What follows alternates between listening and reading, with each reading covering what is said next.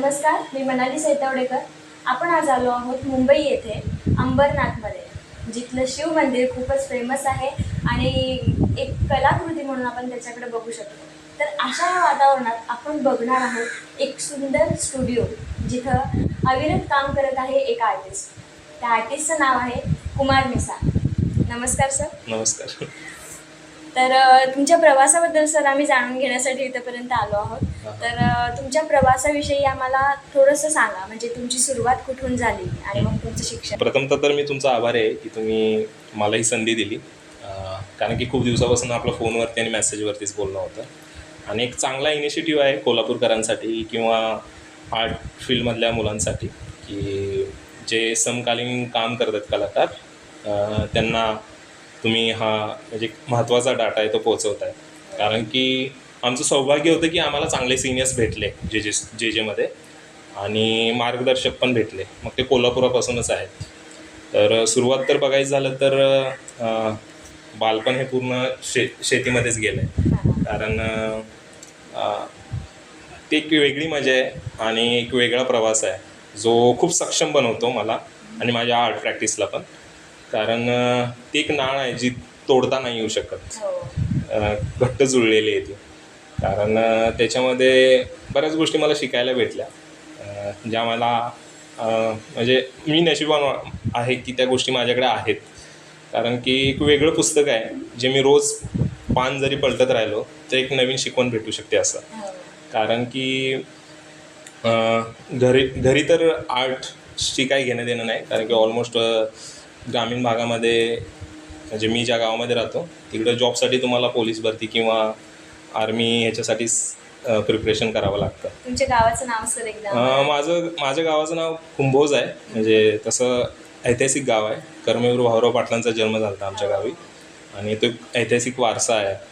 आणि दुसरी गोष्ट म्हणजे की अजून पण हिस्ट्री आहे गावाला. तर त्यामुळं त्या गोष्टी होत्या. पण ज्या माणसानं जसं की कलेचं शिक्षणाचं एवढं म्हणजे आता कर्मवीर भाऊराव पाटलांनी जे काम केलं आहे ते रयत शिक्षण संस्थेमध्ये खूप मोलाचं आहे. म्हणजे आशिया खंडामध्ये पहिल्या नंबरवरती जर कुठली शाखा येत असेल तर ते रयत शिक्षण संस्था. तर त्याच पद्धतीनं एवढं म्हणजे शिक्षणाचा प्रचार जरी झाला असला तर कलेचा प्रचार तेवढा झालेला नव्हता ग्रामीण भागामध्ये. म्हणजे आम्हाला शाळेमध्ये कलेसाठी काय एवढं खास असं प्रोत्साहन मिळालेलं नाही. म्हणजे आम्हाला ॲज अ पेंटर म्हणून म्हणजे गावात जे साईनबोर्ड आर्टिस्ट असतात तर त्या हिशोबाने बघितलं जायचं. म्हणजे मी ज्यावेळेला माझ्या आईला सांगितलं होतं सुरुवातीला की मला चित्रकार बनायचं आहे, तर त्यावेळेला माझी आई बोलली की तुला माहिती आहे नव्हता नंदू पेंटर किती मिळवतोय. तर मग मी माझ्या आईला तसं बोलल्यानंतर माझ्याकडे पण ठोस उत्तर नव्हतं, पण मला एवढं माहिती होतं की आई ते तसं नसते ग, हे वेगळं असतं जरा. मग ह्या गोष्टी आहेत. म्हणजे इथून सुरुवात आहे. हां, म्हणजे ग्रामीण भागामध्ये. तर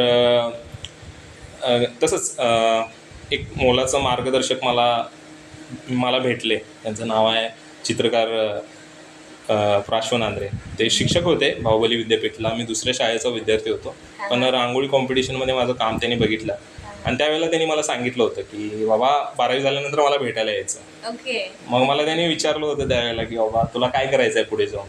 मी त्यावेळेला बोललो होतो की मला MPSC करायची. तुझं 12वी वगैरे झाले आणि तुला काय आर्टमध्ये करायचं असेल ना तर मला भेट. आणि खरोखर मी आर्मीची भरती दिली आणि मला रिअलाईज झालं की बाबा ते क्षेत्र कदाचित माझ्यासाठी नाही. आणि मग मी त्यांना भेटायला गेलो. त्यानंतरच मी ह्या प्रवासाला सुरुवात झाली असं मला वाटतं. फील्डची खरी स्टार्टिंग तुमची पार्श्वनाथ सरांना भेटल्या. होय, सरांनी मला सांगितलं की बाबा जे नावाचं कॉलेज आहे तिकडे गेलास तर आयुष्य भारी होईल. पण मला बोलले तुझी ग्रेड परीक्षा झाल्या. म्हटलं नाही. ते बोलले ग्रेड परीक्षेचे मार्क धरले जातात आणि तू त्याचं प्रिपरेशन म्हणजे ते सर्टिफिकेट नसेल तर ते तुझं काहीच होणार नाही. मग फाउंडेशनला पण ते सर्टिफिकेट लागतं. मग त्यांनी माझी परीक्षा घेतली परत 12वी नंतर. त्यांनी मला सांगितलं की तुझं काम आहे फक्त प्रॅक्टिस अशी कर, तुझं होऊन जाईल. मग ते प्रिपरेशन करून माझं तोपर्यंत मग प्रॅक्टिससाठी दळवीजला ॲडमिशन केलं होतं 1 वर्षांसाठी फाउंडेशनला. मग तिकडच्या अजून वेगळ्या गोष्टी आहेत, वेगळी मजा आहे. प्लस बऱ्याच गोष्टी आहेत ज्या समजायला थोडा वेळ लागतो.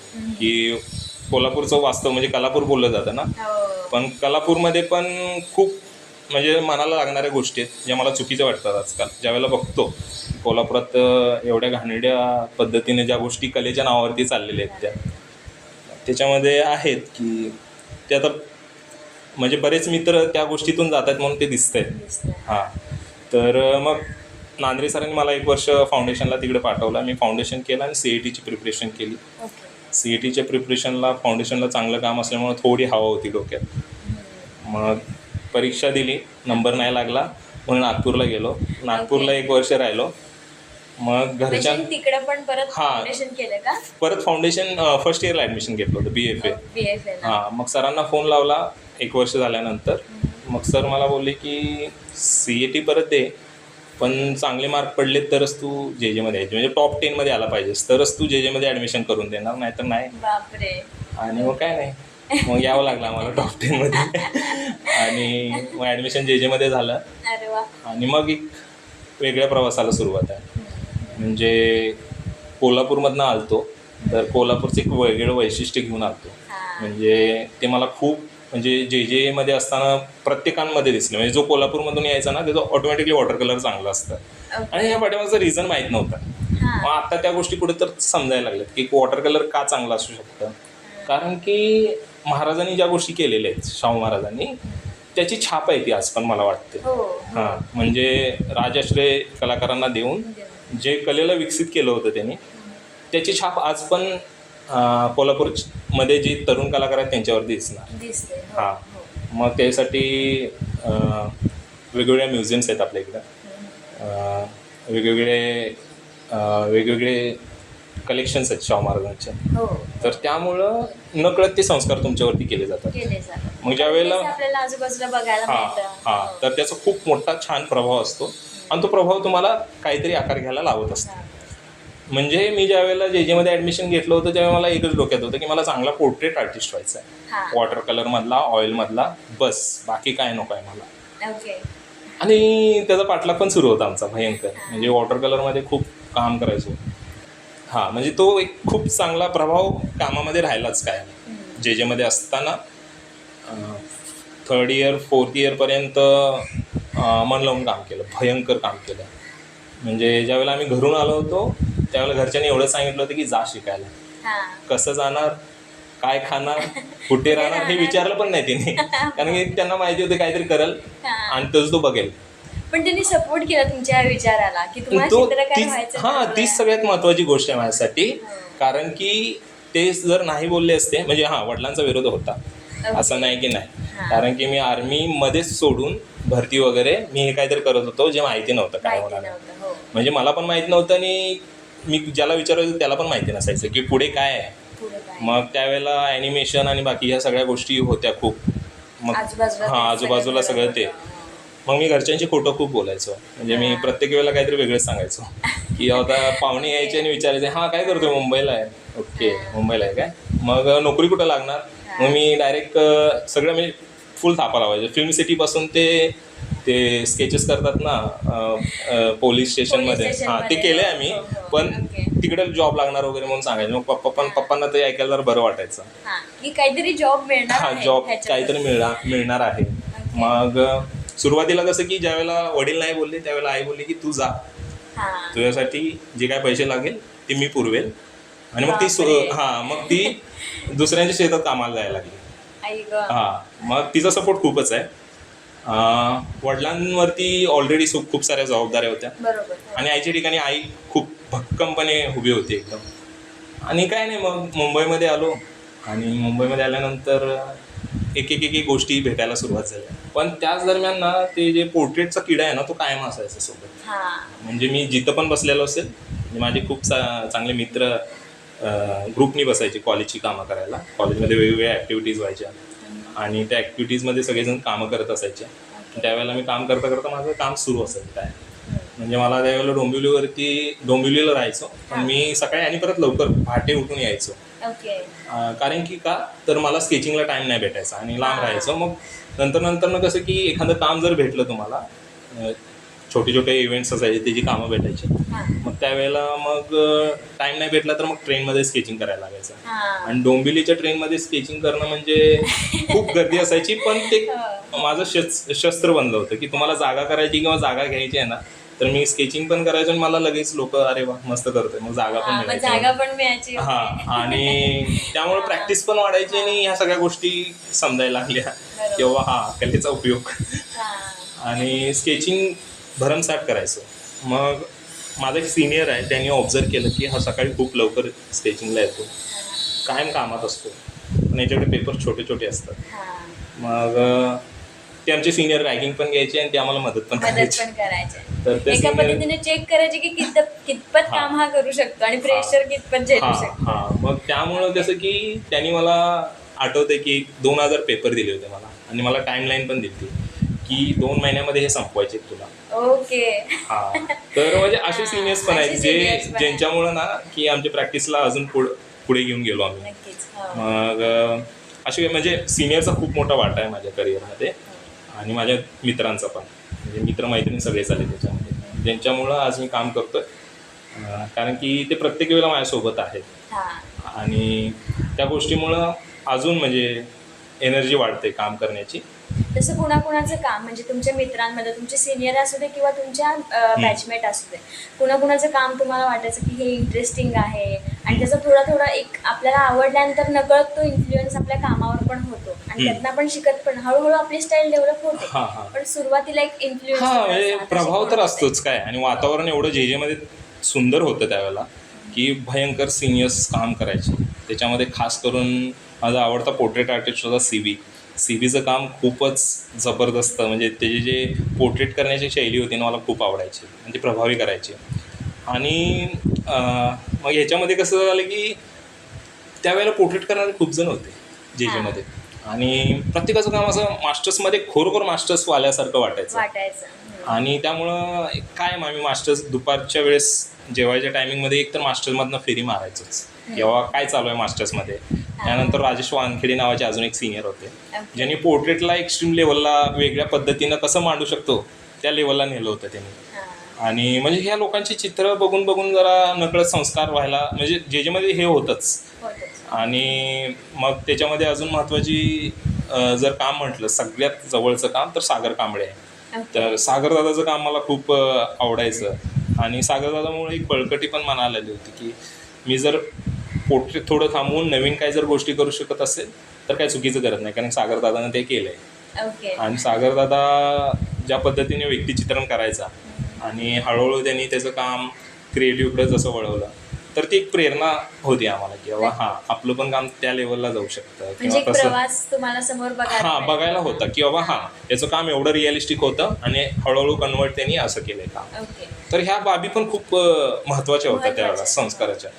आणि मग 3rd इयरला रिअलाईज झालं, कारण की मी खूप कमी प्रिंट केले 3rd इयरपर्यंत, कारण की मी पोर्ट्रेटच डोक्यात होतं माझ्या की पोर्ट्रेट करायचं, पण नंतर असं व्हायला लागलं की हां समोर आहे तेच करतोय, पुढे काय. म्हणजे ऑइलमध्ये केलं, वॉटरमध्ये केलं, सॉफ्ट पेस्टलमध्ये केलं, ऑइल पेस्टलमध्ये केलं, म्हणजे प्रत्येक मीडियामध्ये करायचं होतं ते केलं आणि करायचो. म्हणजे रोज 2-4 पोर्ट्रेट व्हायचे, सेल्फ पोर्ट्रेट एखादा असायचं त्याच्यामध्ये, रोज स्केचिंग भरमसाठ व्हायचे. म्हणजे इतक्या प्रमाणात केल्यानंतर हळूहळू मग हां त्यातनं तुम्ही हां म्हणजे त्यातनं मग असं प्रश्न पडायला लागले आता पुढे काय. आणि ज्या वेळेला क्रिएटिव्हचा क्लास यायचा त्यावेळेला खूप मोठा प्रश्न असायचा की आता क्रिएटिव्हला काय करायचं. म्हणजे मला आठवत आहे इथं निगम सरांचं आणि माझं इंटरॅक्शन पहिलं आहे, पण सरांसारखं ऑब्झर्वेशन मला नाही दिसलं कोणामध्ये आमच्या वेळेला. कारण की ते ज्या बारकाव्याने एखाद्या विद्यार्थ्याकडे बघतात तर त्यांचं बारीक लक्ष असतं आणि ते समजत नाही, ते समजायला खूप टाईम लागतो. आणि मला समजलं कोविडमध्ये. हां म्हणजे मी सरांना म्हणजे बोललोय पण एकदा, पण मला वाटायचं की सरांचं आमच्याकडे लक्ष नसायचं. तर त्या इंटरव्ह्यूमध्ये कसं की व्हायवा होतो 4th इयरला, आणि 4th इयरला मला काही प्रश्न विचारले होते, आणि त्या प्रश्नामध्ये जसे की माझ्याकडं क्रिएटिव्ह पेंटिंग 3-3.5 होते फक्त, म्हणजे 3 कम्प्लीट, अर्ध इनकम्प्लीट, फक्त 4 लागतात म्हणून मी 4 समोर ठेवले होते, आणि पोर्ट्रेट माझे 16च्या आसपास होते. आणि प्रिंट एक 8 एक होत्या माझ्या, कारण की त्यावेळेला प्रिंट सुरुवात झाली माझी. हा. आणि एचिंग प्रोसेस मला आवडायची, कारण की रेमब्रांडचे एचिंग्स मला खूप आवडायचे.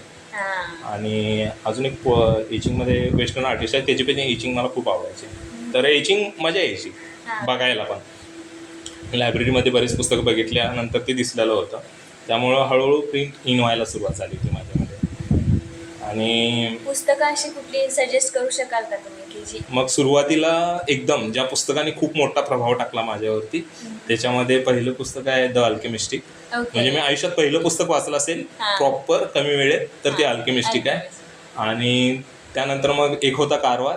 आणि त्यानंतर मला वाटलं की माझं दुःख लय कमी आहे, ऑलरेडी जगात खूप दुःख आहे, त्याच्याकडे बघायला पाहिजे. एक होता कारवार खूप जणांचा टर्निंग पॉइंट तर ह्या 2 पुस्तकांमुळे मला वाचायचा नाद लागला. आणि मग आणि परत शिवाजी सावंतांचं मृत्युंजय आलं.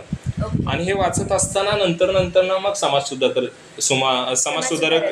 म्हणजे प्रिंट मेकिंगची जी पुस्तकं तुम्ही बघत होतात तर त्याचं काही असे पर्टिक्युलर नाव बिव असं काही म्हणजे आर्टिस्टची नावं जर बघायला तर सोमनाथ होरे काय माझा फेवरेट आहे, कारण की त्यांनी पेपरमध्ये पण त्यांनी काम केलं.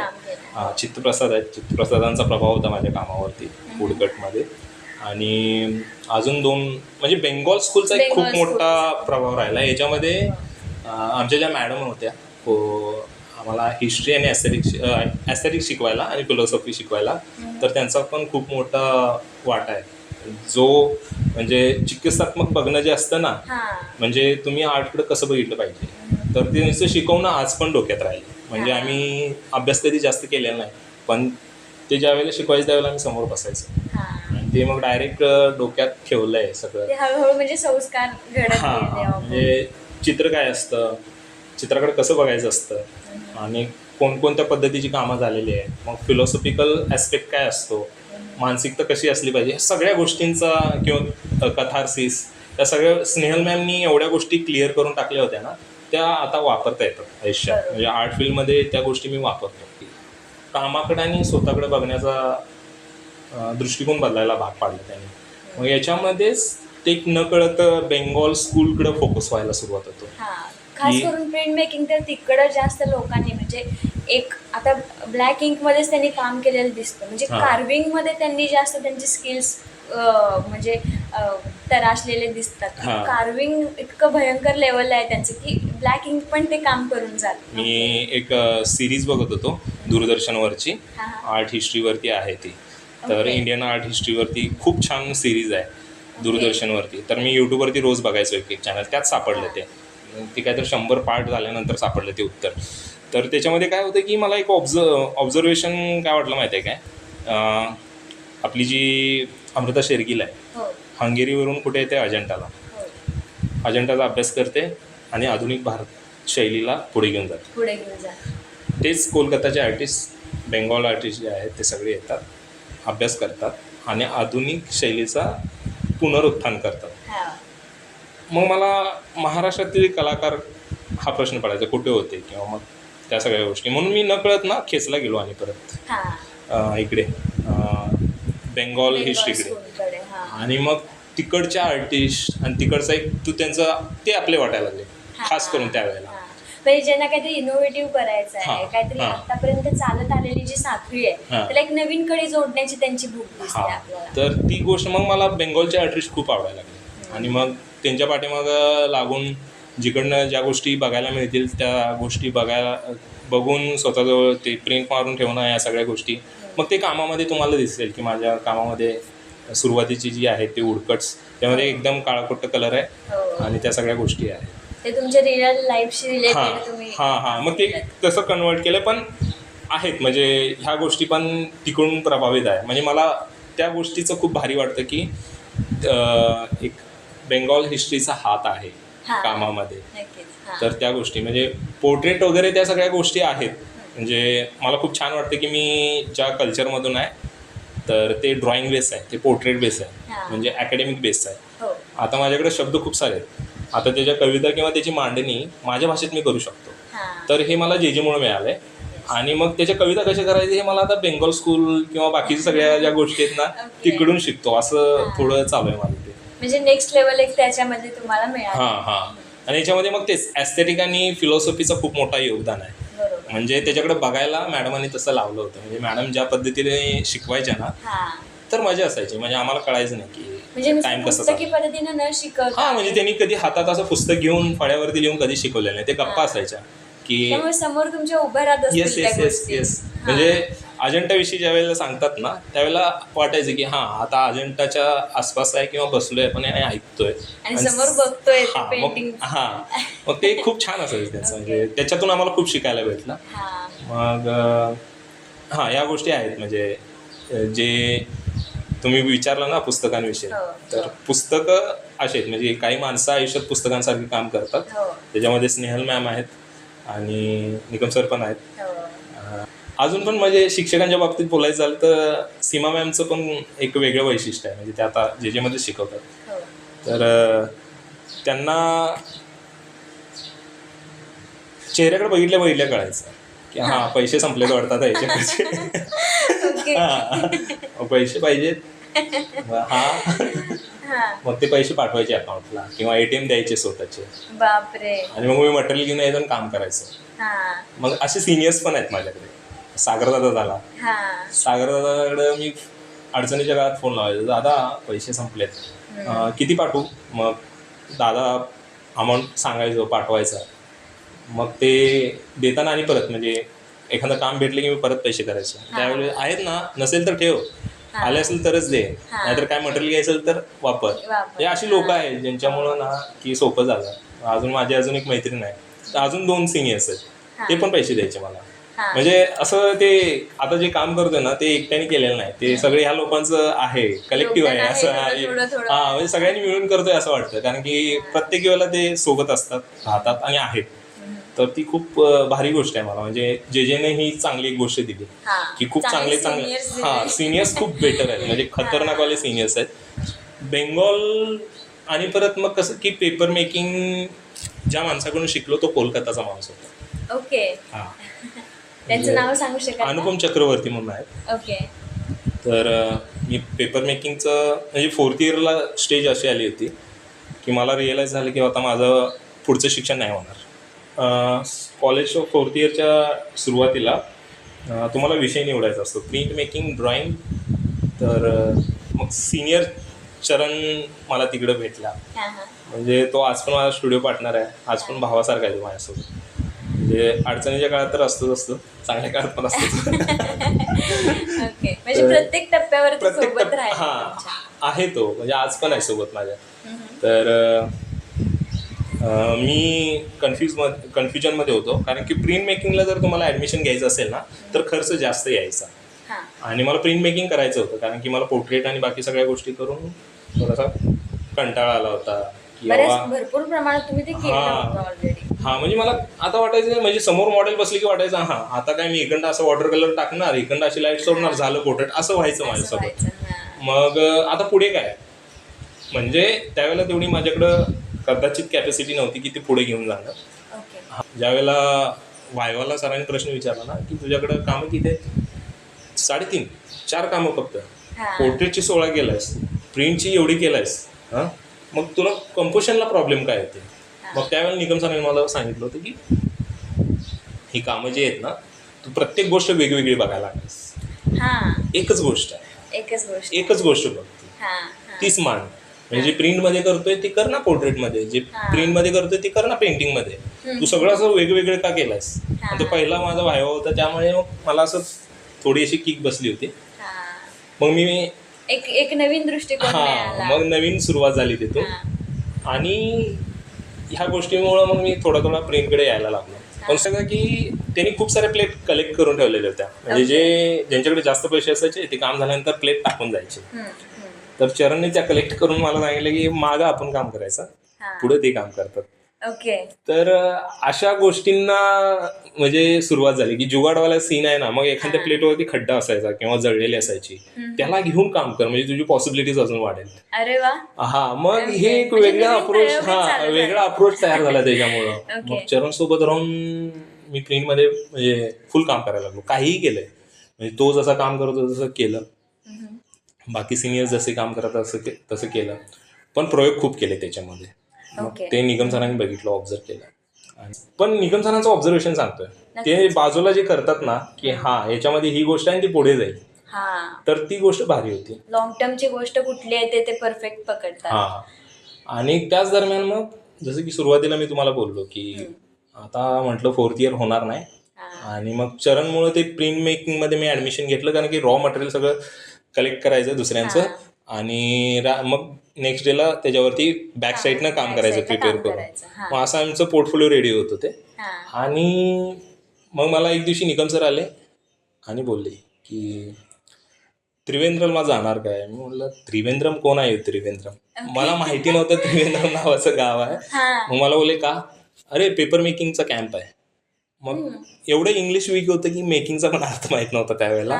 म्हणजे नेमकं काय होणार आहे ते. हा, पण कॅम्प आहे म्हणलं मी हा बोललो, कारण की काहीतरी शिकायला मिळणार आहे. तर कारण की सरांचे जेवढ्या गोष्टी असायच्या ना कॉलेजमध्ये, जेवढे कॅम्प झाले सरांचे ते अर्थपूर्ण असायचे. म्हणजे सरांनी आमच्या वेळेला नॅशनल कॅम्प केला होता, तो पण एवढा इंटरेस्टिंग होता. म्हणजे त्याच्यामधला मला एक इन्सिडेंट बोलायचं झालं तर, हनुमंत कांबळे म्हणून प्रिंट मेकर्स आहेत गोव्याचे, वयस्कर आहेत. तर त्यांनी मला प्रश्न विचारले होते माझ्या कामांना घेऊन, आणि रात्रीचं 10 वाजता डिस्कशन सुरू आहे रात्रीचं. म्हणजे ते कॉलेज कॅम्पसमध्येच काम करत होते. आणि मग मी त्यांना विचारलं आर्ट म्हणजे काय. तर त्यांनी जे डेफिनेशन सांगितले होतं ना, तर ते भारी होतं एकदम. अशा काही गोष्टी ना हे निकम सरांमुळे आम्हाला भेटलेल्या आहेत. जसं की ते बोलले की आर्ट म्हणजे काय म्हणलं, मग त्यांना मी ज्यावेळेला विचारलं ना, ते बोलले की अत्तरसारखं आहे आर्ट. म्हणजे तुम्हाला ना तुमच्याकडं खूप सारी फुलं गोळा करायची आहेत, त्यांना शिजवायचं आहे, त्यांचा अर्क काढायचा आहे, मग त्यांना आणि शिजवायचं आहे, त्याचा अर्क काढायचा आहे, त्याचा अर्क काढत काढत तुम्हाला एवढं अत्तर भेटणार आहे, आणि ते तुमचं आर्ट असणार आहे बोलले. आणि कलाकृती पण तशीच असते, ज्यावेळेला मग ती अत्तर सारखी बनते ना, तर सगळ्यांना ती मोहित करते. मग हे असे सगळे विचार आहेत ना जरा, हे सरांच्याकडनं म्हणजे सरांच्यामुळे असे कॅम्प व्हायचे सरांचे. तर ह्या गोष्टी खूप भारी आहेत आमच्यासाठी ज्या मिळाल्या आम्हाला त्यावेळेला. म्हणजे खऱ्या आर्टला जगणारी, जपणारी आणि त्याच्या रिलेटेड एकदम जवळची लोक मिळाल्यामुळं म्हणजे बाकीचे एक जे परत करून जी मुलं जवळ येतात ते तुम्हाला एक जवळची लोक डायरेक्ट बघायला मिळाली. म्हणजे आता निकम सरांचा गायडन्स असेल किंवा जेजेचं वातावरण तेवढं स्ट्रॉंग होतं. त्याच्यामध्ये मग ते कसं बोलले की बाबा तुम्हाला एवढा अनुभव पाहिजे, काय त्या अनुभवासाठी तेवढं तुम्हाला काम करायचं आहे. मग काम करून तुम्हाला तुमच्या चुका ओळखायच्या आहेत, अजून फाईन करून मग तुम्ही तुमच्या आकारापर्यंत किंवा तुम्ही तुमच्या कामापर्यंत पोहोचणार आहात. ही खरंच खूप भारी गोष्ट आहे. म्हणजे हे सरांच्यामुळे आम्हाला भेटलं.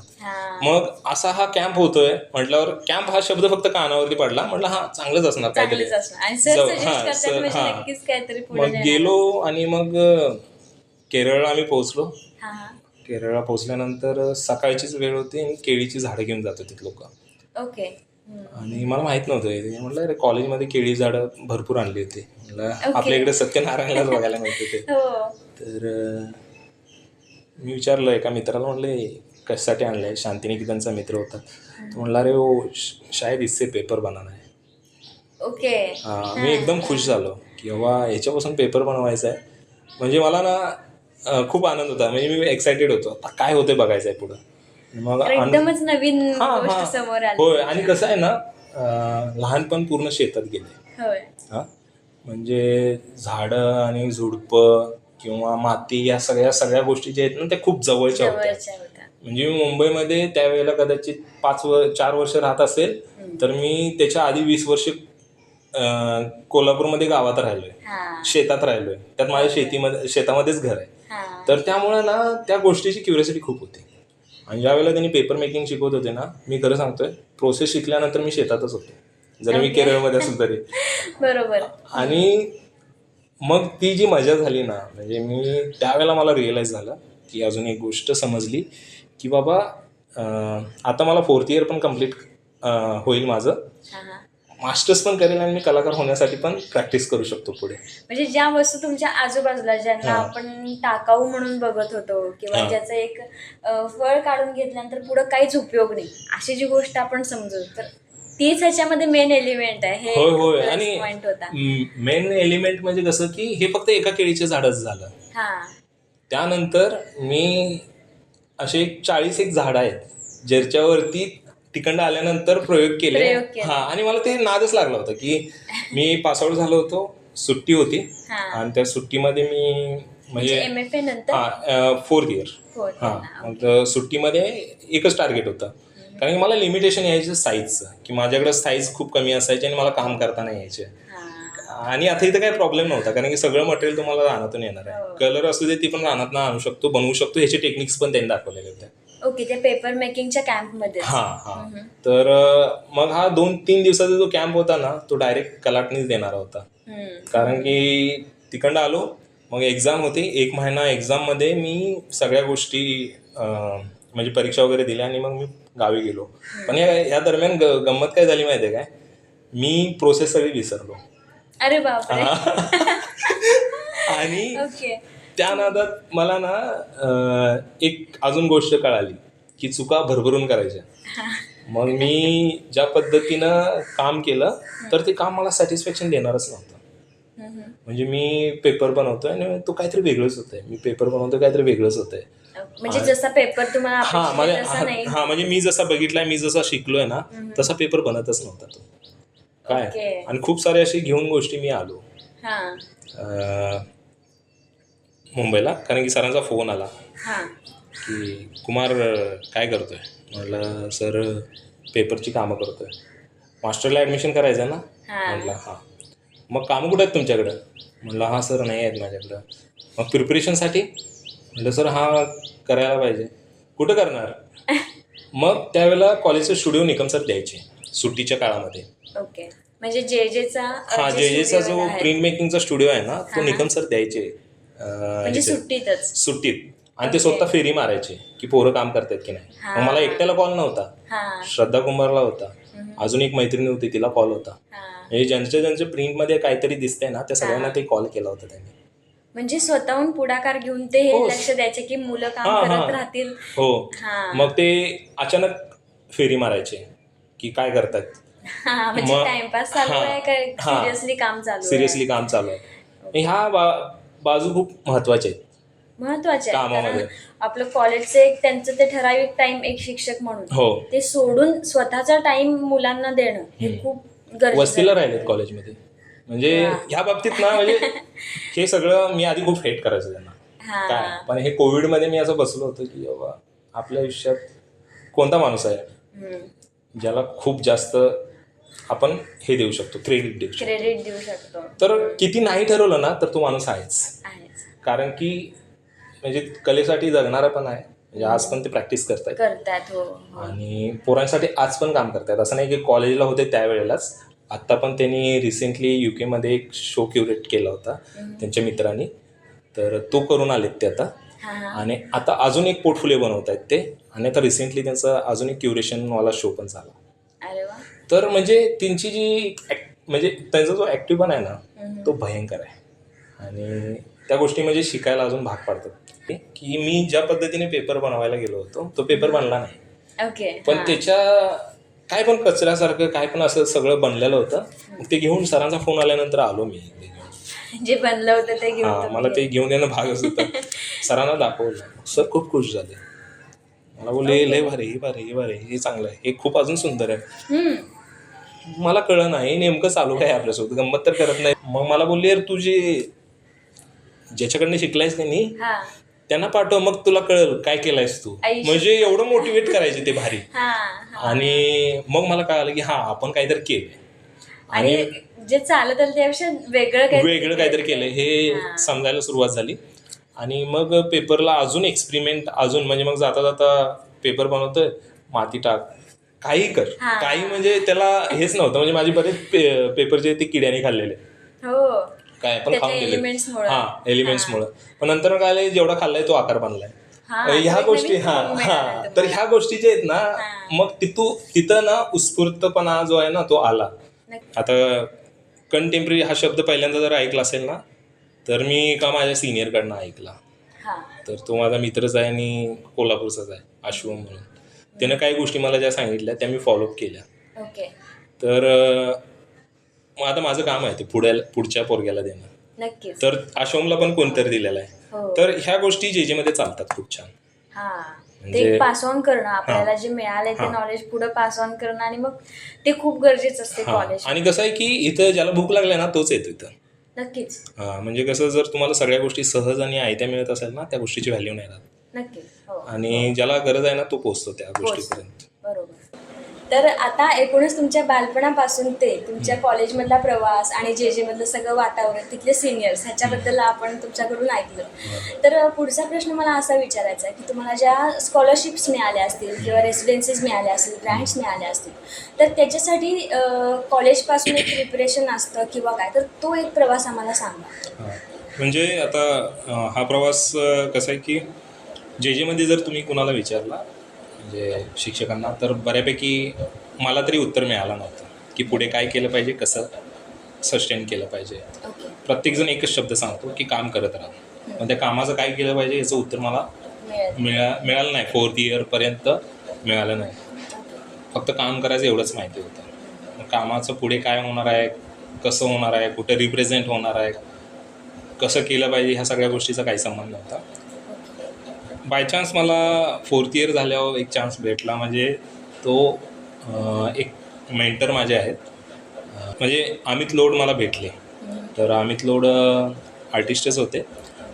ते कुठले म्हणजे हां, काय college? अमित लोड मला भेटलेच काळपांडे सरांच्यामुळे. इथं पण आणि परत तुम्हाला सिनियर दिसेल. ओके. म्हणजे भेटवून देण्याचं काम सिनियरनीच केले आतापर्यंत. म्हणजे इथे संतोष सरांचा फोन आला, काळपांडे सर सुपर सिनियर आहेत ते आमचे. हां. तर त्यांनी मला एका रेसिडेन्सीसाठी सिलेक्ट केलं होतं. ओके. कुठली रेसिडेन्सी होती? RCA म्हणून होते. ओके. आणि त्याच्यामध्ये चांगले चांगले आर्टिस्ट होते. आणि माझे त्यावेळेला कसं की फिगरेटिव्ह काम त्यांनी निवडलं होतं, वॉटर कलरमधलं. आणि त्या कामावरनं काम बघूनच सिलेक्शन केलं होतं माझं त्यांनी सोशल मीडियावरनं. तर मला त्यांनी कॉल केला होता. मग त्यांची आणि माझी भेट झाली. त्यांनी मला बऱ्याच गोष्टी सांगितल्या आणि त्यांनी मग रेसिडेन्सी नावाचा प्रकार असतो, तिकडे जायला पाहिजे. आणि मग मला त्यांचा शोच्या दरम्यान इन्व्हाइट केलं होतं. त्यावेळेला ठाण्याला रेसिडेन्सी होती, पिरामल रेसिडेन्सी. पिरामल रेसिडेन्सी. हां, ओके. पिरामल रेसिडेन्सीला त्यांनी मला इन्व्हाइट केलं होतं की ये, ओपन स्टुडिओ आहे, कामं बघायला वगैरे. तिथं मग माझी भेट झाली अमित लोडसोबत. ओके. तर ते त्या रेसिडेन्सीचे मॅनेजर होते त्यावेळेला. ते तिथेच असतात का? म्हणजे आधी ते तिथं होते. ओके. आता ते कदाचित आर्ट इंडिया मॅगझिनचे काहीतरी पदाधिकारी आहेत, तिकडे काम करतात ते. तर त्या माणसाला मी एकदा भेटलो आणि तिथून त्यांच्याकडे ज्या गोष्टी मला भेटल्या ना, त्या गोष्टींमुळे मी आज इथे आहे. म्हणजे आज जे काय करतोय, तर अपडेट नावाची गोष्ट सॉफ्टवेअर त्यांनी रिलीज केलं माझ्यामध्ये. ओके. हां, म्हणजे माझ्याकडे स्किल्स होते हां. जे मध्ये मिळाले होते. पण त्या स्किल्सला कुठं रिप्रेझेंट करायचे आणि कसं रिप्रेझेंट करायचं ते त्यांनी मला शिकवलं किंवा सांगितलं. मग मी कमीत कमी 2 वर्ष त्यांचा फॉलोअप घेतला. म्हणजे मी मास्टर 4th इयरला भेटलो पहिल्यांदा. मास्टर 1st इयर 2nd इयरपर्यंत मी रेसिडेन्सीला ओपन स्टुडिओला व्हिजिट करायचो महिन्यातून एकदा. आणि त्यावेळेला मग ते मला सांगायचे. मग त्यांचं कसं होतं की खैरागडला त्यांचं शिक्षण झालं, आर्ट कॉलेज आहे तिकडे, बॅचलर. आणि मास्टर्स त्यांनी बडोद्याला केलं होतं. ओके. MS युनिव्हर्सिटीमध्ये. हां हां. तर त्यामुळं त्यांच्याकडे कसं की तो एक्सपिरियन्स होता बडोद्याचा आणि खैरागडचा. प्लस मुंबईमध्ये राहत होते आर्ट रेसिडेन्सीमध्ये. तर त्यामुळं भारतातील वेगवेगळ्या ठिकाणचे लोक यायचे, तो एक्सपिरियन्स. तर ते एक्सपिरियन्स मला ऑटोमॅटिकली मिळाले त्यांच्याकडे. आणि आता सध्या काय चाललंय हे ते तुम्हाला सांगू शकत हां, होते. मग ते सांगू शकत होते की पुढे काय करायला पाहिजे, कसं करायला पाहिजे. आणि याची उत्तर मला त्यांच्याकडे मिळायला सुरुवात झाली. मी प्रत्येक महिन्याला त्यांच्याकडे जायचो ओके. आणि मग ते सांगायचे सगळ्या गोष्टी. म्हणजे तुम्ही आर्टवर्क्स त्यांना तुमचे दाखवत होता, कुठले काम चालू हां, म्हणजे मोबाईलवरती फोटो होता तो एकदा मी सगळं दाखवलं होतं त्यांना. हां. मग त्यांनी माझं काम बघितलं आणि त्यांनी मला एक स्कॉलरशिपसाठी सजेस्ट केलं होतं. पहिली स्कॉलरशिप होती ती, कला साक्षी नावाची. हां. तर ती भारतातून 5 लोकांना ते काहीतरी देतात. ओके. आणि त्यासाठी मग मला तिकडं अप्लाय करायचं होतं. ओके. आणि हे मला पाठवलं अमित दादानीच. ओके. आणि मग मी ते अप्लाय केलं आणि सिनियरची एका मदत घेतली. त्यांनी सगळं प्रिपरेशन करून दिलं. लँग्वेज व्यवस्थित नव्हती तर तिच्याकडनं मी मराठी मग ट्रान्सलेट आणि मग ते एडिट करून सगळं ते पोर्टफोलिओ त्यावेळेला मग मदत झाल्यानंतर. पण कामाबद्दल लिहिणं वगैरे मराठीत जरी असलं तरी ते सगळं तुम्ही स्वतः त्यासाठी रेडी होता की तुम्ही लिखाण वगैरे हां, करत म्हणजे होता हां, त्याच्याबद्दल? मग ह्याच्यामध्ये पण आणि परत अमित दादाच मदतीला. ओके. त्याला मी आर्टिस्ट स्टेटमेंट काय असतंय हे फोन लावून विचारलं. मग त्यासाठी नेक्स्ट महिन्यात आणि परत जायचं. मग तो आर्टिस्ट स्टेटमेंटमध्ये हे मुद्दे आले पाहिजेत किंवा रेसिडेन्सीला काही वर्कशॉप व्हायचे त्यावेळेला तो मला इन्व्हाइट करायचा. मला इंग्लिश काही समजायचं नाही, पण जाऊन बसायचो मी. हां. पण सगळं झाल्यानंतर डिस्कशन व्हायचं, त्यातनं 4 शब्द जे मिळायचे ते जोडून काहीतरी करायचो आणि परत. ओके. तर ते असं लर्निंग सुरू होतं त्यावेळेला माझं. मग मग ज्यावेळेला मी कलासाक्षीला अप्लाय केलं ना, त्यावेळेला म्हणजे 600-700 फॉर्म्स येतात. त्यातून 25 लोकांचं त्यांनी सिलेक्शन केलं इंटरव्ह्यूसाठी आणि माझं पण सिलेक्शन झालं. म्हणजे त्याच्यानंतर इंटरव्ह्यू होणार होता. हां, इंटरव्ह्यू होणार होता आणि मग दिल्लीला कामं घेऊन जायचे होते. आम्ही दादाला कॉल केला आणि म्हटलं की दादा इस बार मैं नहीं ट्राई कर रहा है, मेरा काम इतना अच्छा नहीं है, नेक्स्ट ईयर ट्राई करता है. ओके. तो मेरे को लग रहा है कि और अच्छा काम कर सकता हूँ मैं. हां. मग मला तो बोला की तेरा फिर नेक्स्ट ईयर नहीं होगा. ओके. हाँ. मग मला कळलं ना का तेरा हो सकता है, तू अप्लाई किया है ना, तू जाके आना, देख के आ, एक्सपीरियंस ले. आर्टिस्ट को एक्सपीरियंस बहुत जरूरी रहता है. बरोबर. और जाके देख के आ क्या होगा. और हो सकता है, मुझे ऐसा लगता है, लेकिन प्रिपरेशन मेरे हिसाब से तू करेगा ना तो बेटर रहेगा. ओके. आणि मग त्यांनी मला सांगितलं की कसं प्रिपरेशन करायला पाहिजे, कारण की तो धडाच आम्हाला कधी शिकवला गेलेला नाही, कारण की तो धडाच नाही आहे आमच्या शिक्षणामध्ये. मग त्यांनी प्रिपरेशन करायला सांगितलेल्या गोष्टी प्रिपेअर केलो आणि गेलो मी इंटरव्ह्यूला. आणि इंटरव्ह्यू झाल्यावरच मला थोडं रिअलाईज झालं होतं की आपल्याला स्कॉलरशिप भेटू शकते. म्हणजे प्रिपरेशन कशाच्या बाबतीत? ते प्रेझेंट करण्याच्या बाबतीत, प्रेझेंटच्या काम बाबतीत, करण्याच्या कामच्या बाबतीत आणि सगळंच. ओके. म्हणजे त्यांनी 2-3 टेक्निक सांगितले होते की तुझं काम कसं आहे, तर त्या हिशोबाने ते काम रिप्रेझेंट झालं पाहिजे. जसं की त्यांनी काय बोललं होतं की सगळेजण काम घेऊन येतील, तू कामाची प्रोसेस घेऊन जा. ओके. हां. हां. मग कारण की तुझ्या कामाची प्रोसेसच महत्त्वाची. प्रोसेस फार इंटरेस्टिंग आहे. हां. हो हो. मग पोर्टफोलिओ कसा प्रिपेअर करायचा आणि पेपरला कसं हाताळायचं, ह्या सगळ्या ज्या गोष्टी आहेत ना बारीक सारीक, कारण की तो सेन्सिटिव्ह काम आहे. सेन्सिटिव्ह काम हां. आहे. मग त्या सगळ्या गोष्टी त्यांनी खूप छान सांगितल्या होत्या आणि मग तसं मी प्रिपेअर केलं. मग आज पण त्याच गोष्टी जाणवतात मला. म्हणजे ज्यावेळेला माझा मित्र प्रतीक खोजला गेला रेसिडेन्सीला, तिकडच्या मग नॅशनल इंटरनॅशनल आर्टिस्टसोबत तो ज्यावेळेला बोलतो आणि भेटल्यानंतर कळतं की अरे आपल्याकडे सगळ्या गोष्टी आहेत, फक्त आपण मांडलेल्या नाही. मांडलेल्या नाही आहेत. मग ह्या गोष्टीच आहेत मला वाटतं. म्हणजे मांडायची योग्य पद्धत तुम्हाला हां, म्हणजे योग्य पद्धत त्यांच्याकडून कळाली, हां. पद्धत कळाली. मग ते कालांतरानं बदलत गेलेले, अपडेट होत गेलेले. हां. काय म्हणजे कसं आहे की सगळ्यात महत्त्वाची गोष्ट काय, साधं उदाहरण आहे. आपण एखादा फोन घ्यायचा झाला तर किती विचार करतो. हो. हां, म्हणजे आता मी आयफोन घेतोय तर मी त्याची बॅटरी बघतो, त्याचा बॅकअप बघतो, सगळ्या बाजूनी मी त्याचा विचार करतो. हो. काय पण आपण करिअर म्हणून आर्टला ज्यावेळेला निवडलं तर आपलं कामच संपलं. निवडल्यानंतर आपण ना काम करतो ना त्याला अपडेट करतो. मोबाईल आपण महिन्याला अपडेट करणार, हो. पण फील्डला अपडेट आपण कधी करू शकतो स्वतःच्या नॉलेजसाठी. तर ह्या महत्त्वाची गोष्टी गोष्ट तुम्ही सांगितली, स्टुडंटसाठी खूप गरजेची आहे. स्टुडंट काय पास आउट आता जे आर्टिस्ट आहेत त्यांची खरीच गोष्ट आहे. खूप म्हणजे महत्त्वाची मला ती गोष्ट वाटली आणि मग मी माझ्यामध्ये अपडेट करतो. मला वाटतं की माझ्यामध्ये खूप कमी आहे, मला कायम जाणवते की ही गोष्ट माझ्यामध्ये कमी आहे, म्हणून त्याच्यावरती काम करतो. आणि मला प्रॉब्लेम्स खूप आहेत. हां, अपडेटची स्टार्टिंग होते जेव्हा कमी जाणवते. हां. परफेक्ट आउट जेव्हा वाटेल तेव्हा मग हां, आणि त्यामुळं ना बदलत राहतं कायम सगळ्या गोष्टी बरोबर. आणि नवीन ॲड ऑन होत राहतात गोष्टी. तर ही गोष्ट अपडेट हा भाग खूप महत्त्वाचा आहे. हां. म्हणजे अपडेट हा शब्द खूप हलक्यात घेतात, पण तो फील्डमध्ये खूप महत्त्वाचा आहे. खूप महत्त्वाचं. आज म्हणजे सोशल मीडियामुळं खूप गोष्टी सोप्या झालेल्या आहेत हो. आणि ज्या त्या काळाचा एक पॉईंट राहिला आहे असं मला वाटतं. जसं की प्रोग्रेसिव्हचा एक पॉईंट होता की त्यावेळेला जाहिरात किंवा पॅम्पलेट यायचे, पोस्टर्स यायला सुरुवात झाली होती. हां. त्याचा इन्फ्लुएन्स होऊन आपल्या इकडं प्रोग्रेसिव्ह आर्टिस्ट ग्रुपनी खूप मोठं काम केलं होतं. हां. तसंच सोशल मीडियामुळं किंवा इन्स्टा असले किंवा जे पण माध्यम आहेत ना, तर त्यांचा पण एक खूप मोठं आजचा काळ आहे जो ज्याचा फायदा आपण घेऊन काम करतो किंवा करायला पाहिजे. करायला पाहिजे. जसं की आज पूर्वी मला प्रॉब्लेम यायचा, म्हणजे 4-5 वर्षापूर्वी अपॉर्च्युनिटी कळायच्या नाहीत, व्हॉट्सअप थ्रू यायचा. हो. पण आता इन्स्टा कोणीतरी शेअर करेल तेव्हाच हां तुम्ही हां येणार. हां नाहीतर जसं की मी तुम्हाला सांगितलं ना, कलासाक्षी जी स्कॉलरशिप आहे हां. ती मला अमित दादांनी सांगितली होती. हां, म्हणजे तुम्ही जर हां. भेटला नसतात तर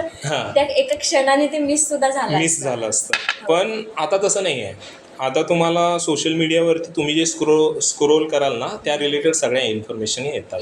जसं की तुम्ही एखादी आर्ट रेसिडेन्सी ओपन करून सर्च करताय, वेबसाईटवरती जाताय, तर इन्स्टा तुम्हाला अजून 4 रेसिडेन्सी पाठवेल. हो.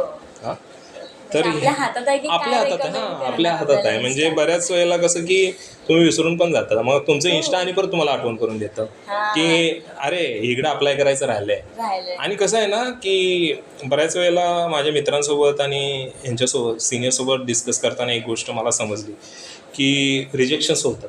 हो. म्हणजे की बाबा माझं रिजेक्शन झालं इकडे अप्लाय करून, मी परत करणारच नाही काय. हो हो हां. हो. ही आणि गोष्ट मग बऱ्याच मला खूप जण जणांसोबत बोलले की झाली. अरे तुझं बऱ्याच ठिकाणी सिलेक्शन होतं. हां. अरे म्हटलं सिलेक्शन झालेलं मी सोशल मीडियावर टाकतो, रिजेक्शन झालेलं थोडी टाकतो कसं म्हटलं. टाकणार? हो, हां हो, मी 10 बरोबर. ठिकाणी अप्लाय केलं, 1 ठिकाणी किंवा 2 ठिकाणी माझं सिलेक्शन होतं Selection होतं. आणि त्या ऑपॉर्च्युनिटीमध्ये माझ्या डायरेक्ट 1 वर्ष निघून जातं. हां. तर ह्या बारीक सारीक गोष्टी ज्या आहेत ना ह्या आणि परत म्हणजे नक्कीच. सिनियर्सकडून मिळालेल्या गोष्टी आहेत की बाबा रिजेक्शन होणार, होणार. अप्लाय करायचं आपलं काम आहे.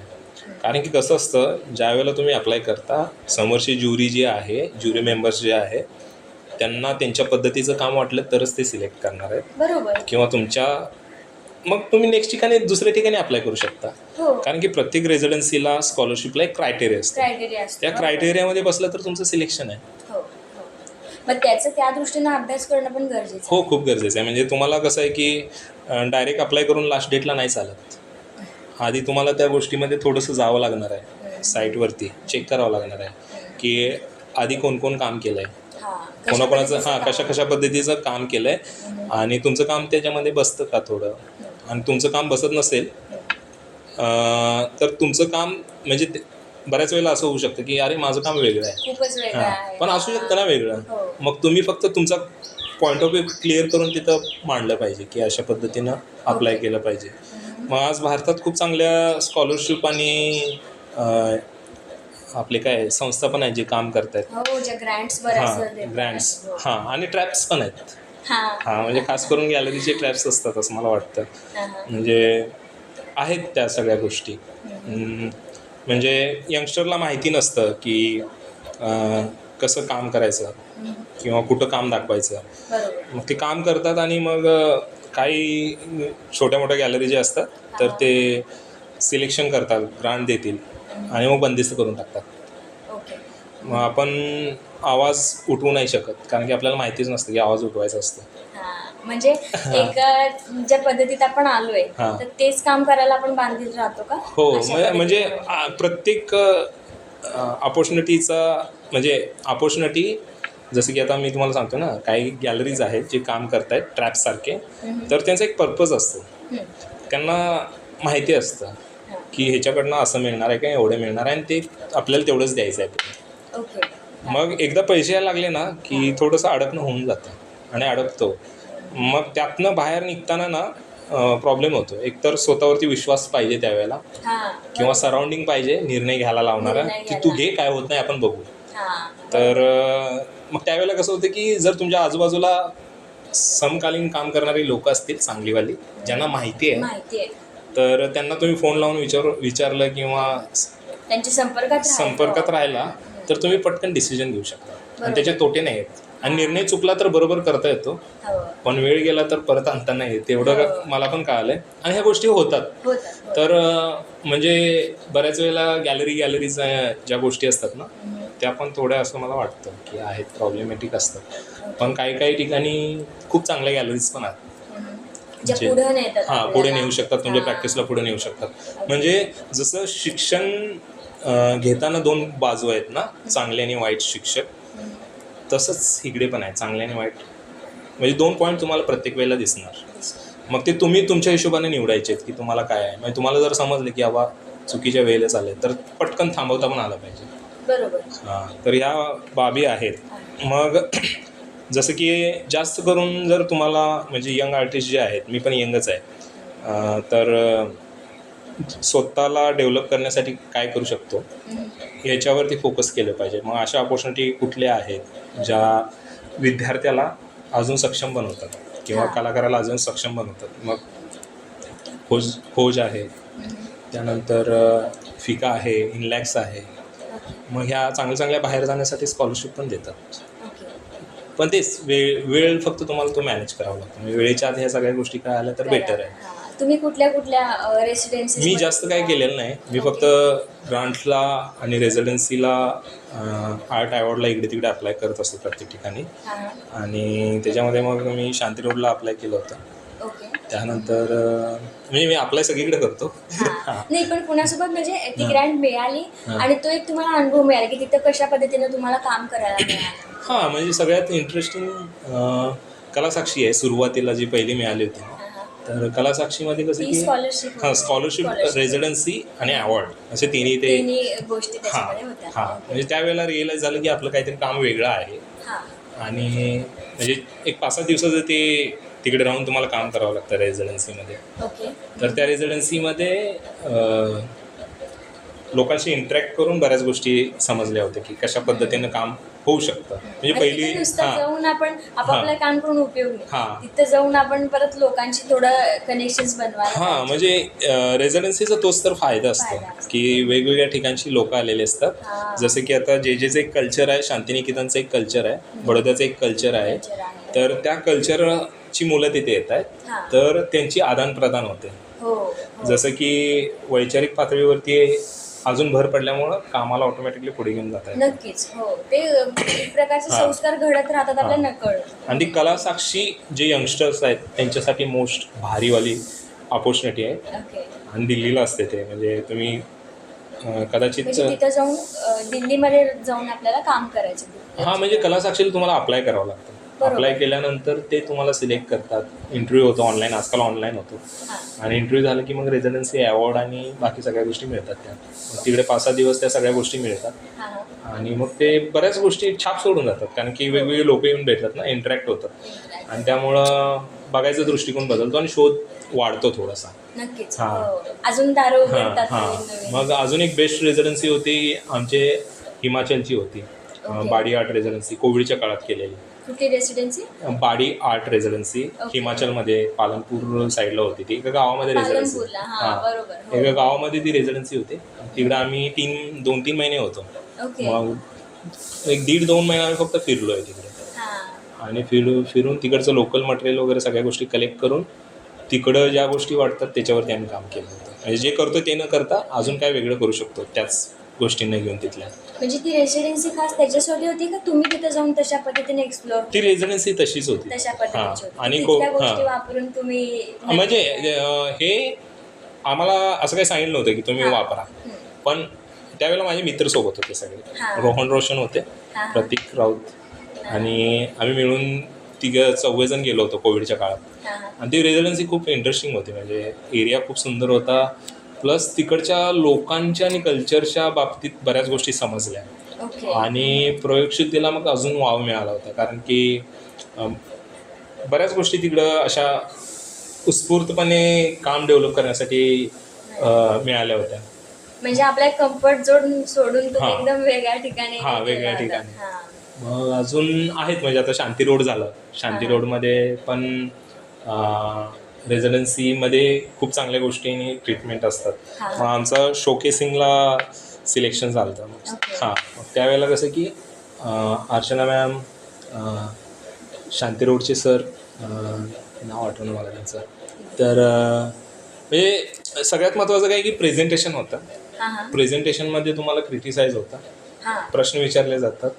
तुमच्या प्रॅक्टिसला तुम्हाला एक्सप्लेन करायचं आहे. मग ते इंटरॅक्शन, ह्या सगळ्या ज्या गोष्टी आहेत ना, ह्या गोष्टी खूप गरजेच्या असतात. म्हणजे जसं की मला त्यावेळेला एक प्रश्न विचारला होता आणि तो प्रश्न मला ना म्हणजे त्यावेळेला बोलता आला नव्हता, पण नंतर तो प्रश्न तुमच्या सोबत आलेला असतो.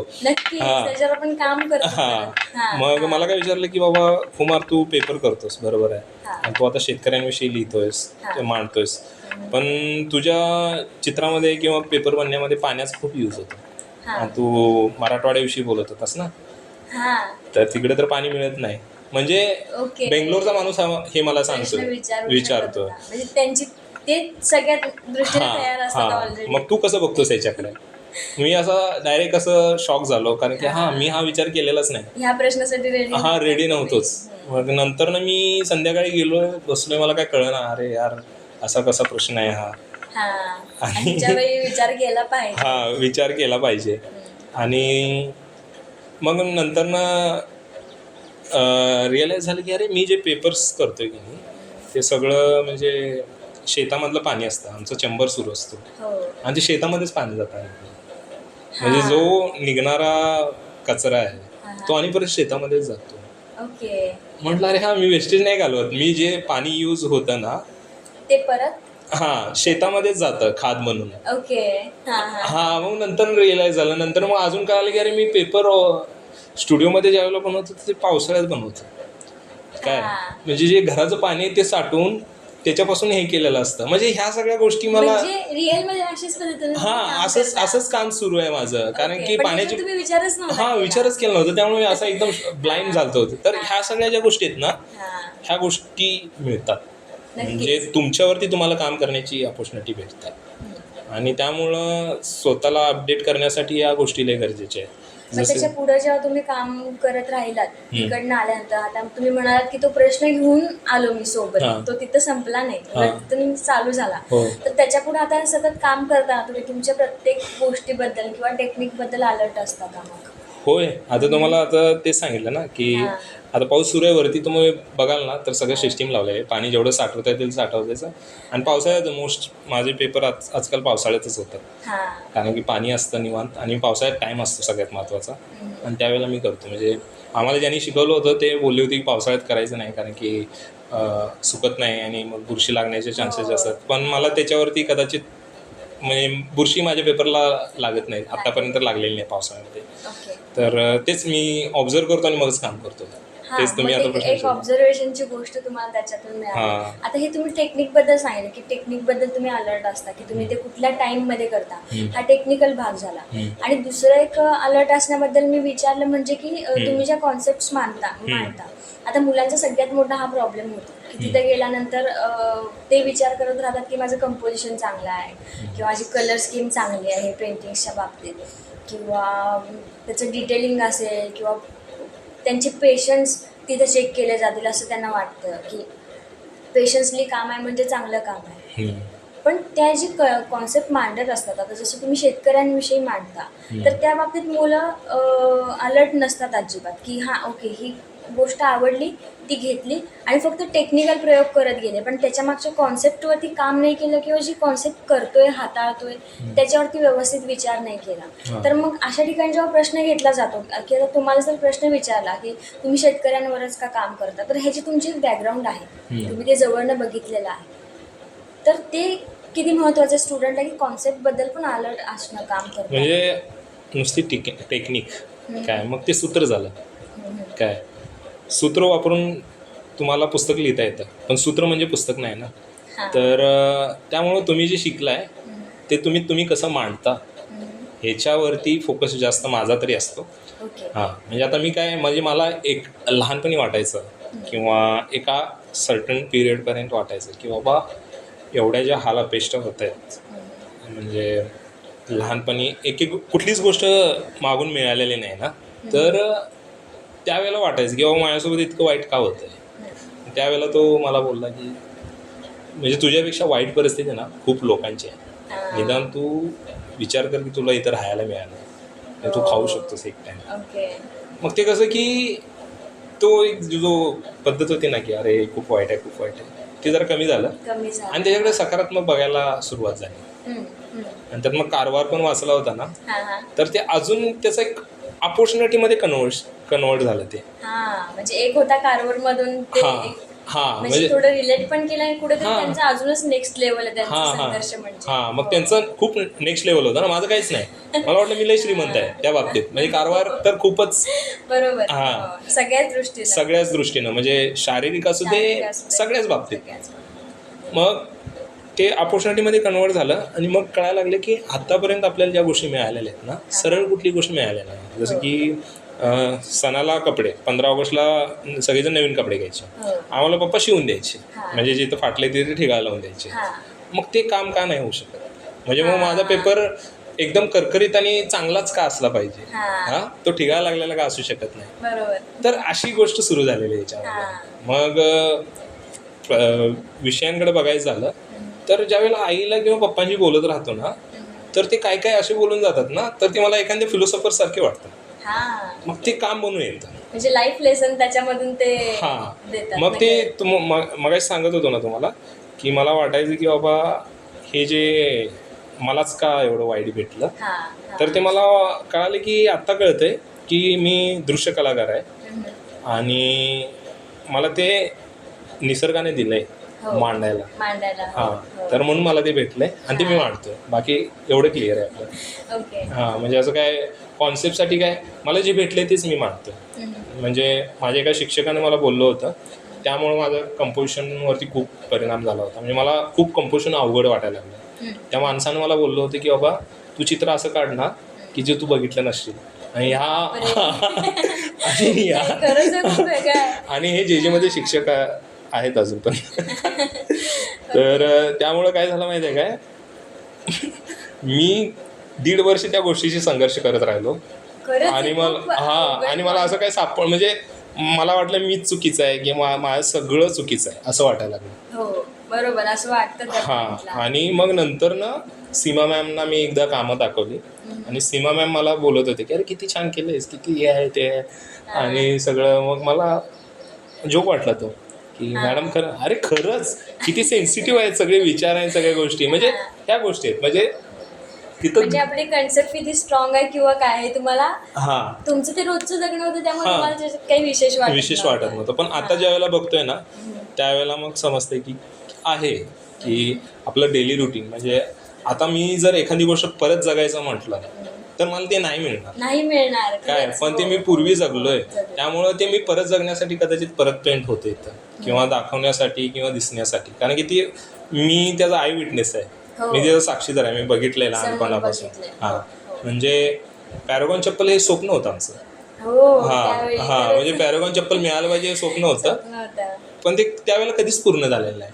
मग त्यामुळे त्या चपलाकडे बघण्याचा दृष्टिकोन खूप वेगळा आहे माझा. म्हणजे आज भले चांगले काय काय घालत असेल पण त्यावेळेचं ते लहानपणीचं स्वप्न होतं. मग ह्या गोष्टी आता मला कामातनं ऑटोमॅटिकली रिफ्लेक्ट होतात.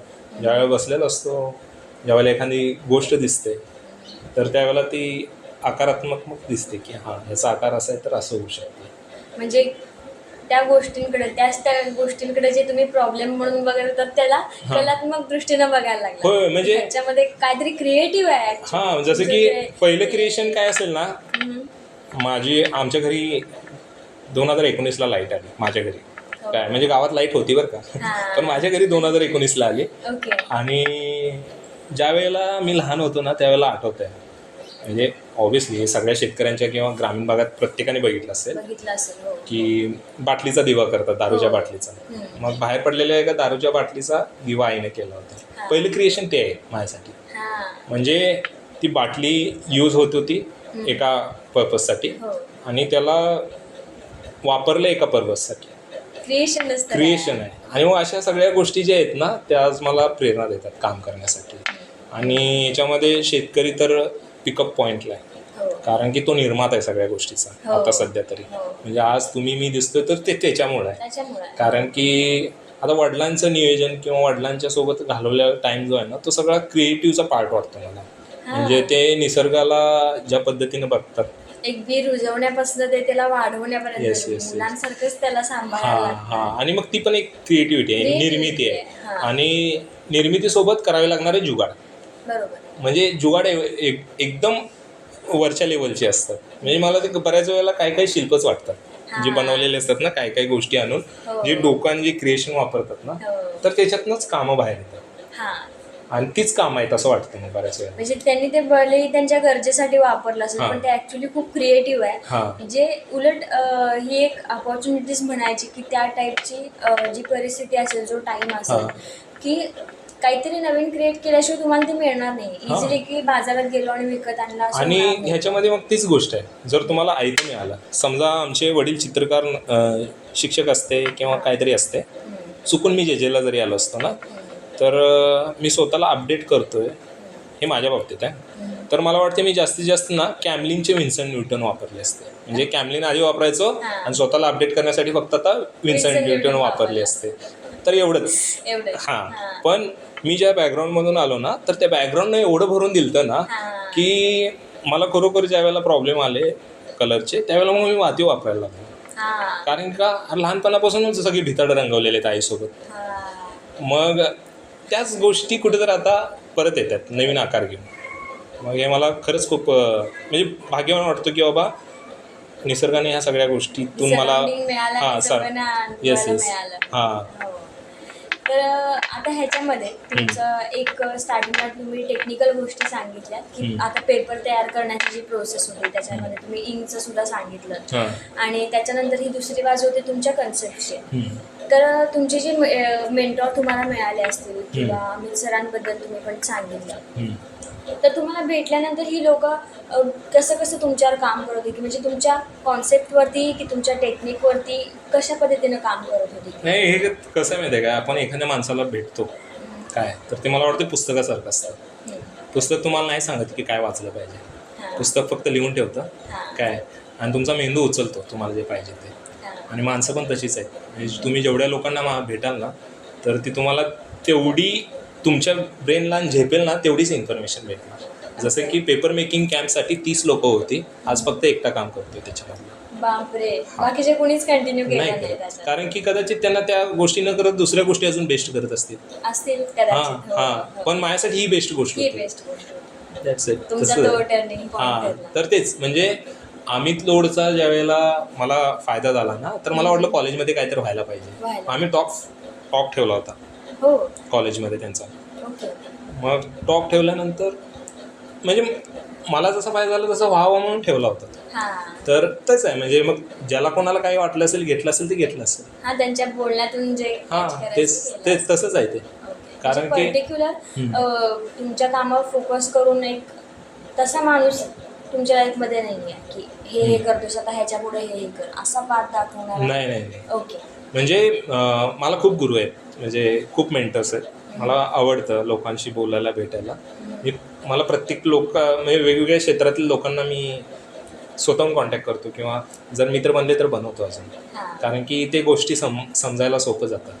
म्हणजे आता मी तर एखादी गोष्ट स्पेशलाइज नाही करू शकत ना कारण की मी ह्या फील्डमधून आहे. पण त्यांनी ज्या गोष्टी आणि अनुभव मिळवले तो मला माझ्या कामात वापरता येऊ शकतो किंवा आयुष्यात वापरता येऊ शकतो. एक उदाहरण सांगा की जसं कुणाला तुम्ही कॉन्टॅक्ट केला असेल आपलं फील्ड सोडून पण बाहेरच्या लोकांना पण तुम्ही हे करत असाल गायडन्स घेण्यासाठी. ओके गायडन्स म्हणजे असं आता वेगवेगळे जसं की मला जास्त करून आर्किटेक्ट पण खूप आवडतात. ओके. हां हां. आणि जे कसं होतं की जेमध्ये आर्किटेक्ट आहे हां. आणि फाईन पण आहे हां. पण तेवढं इंटरॅक्शन होत नव्हतं ते.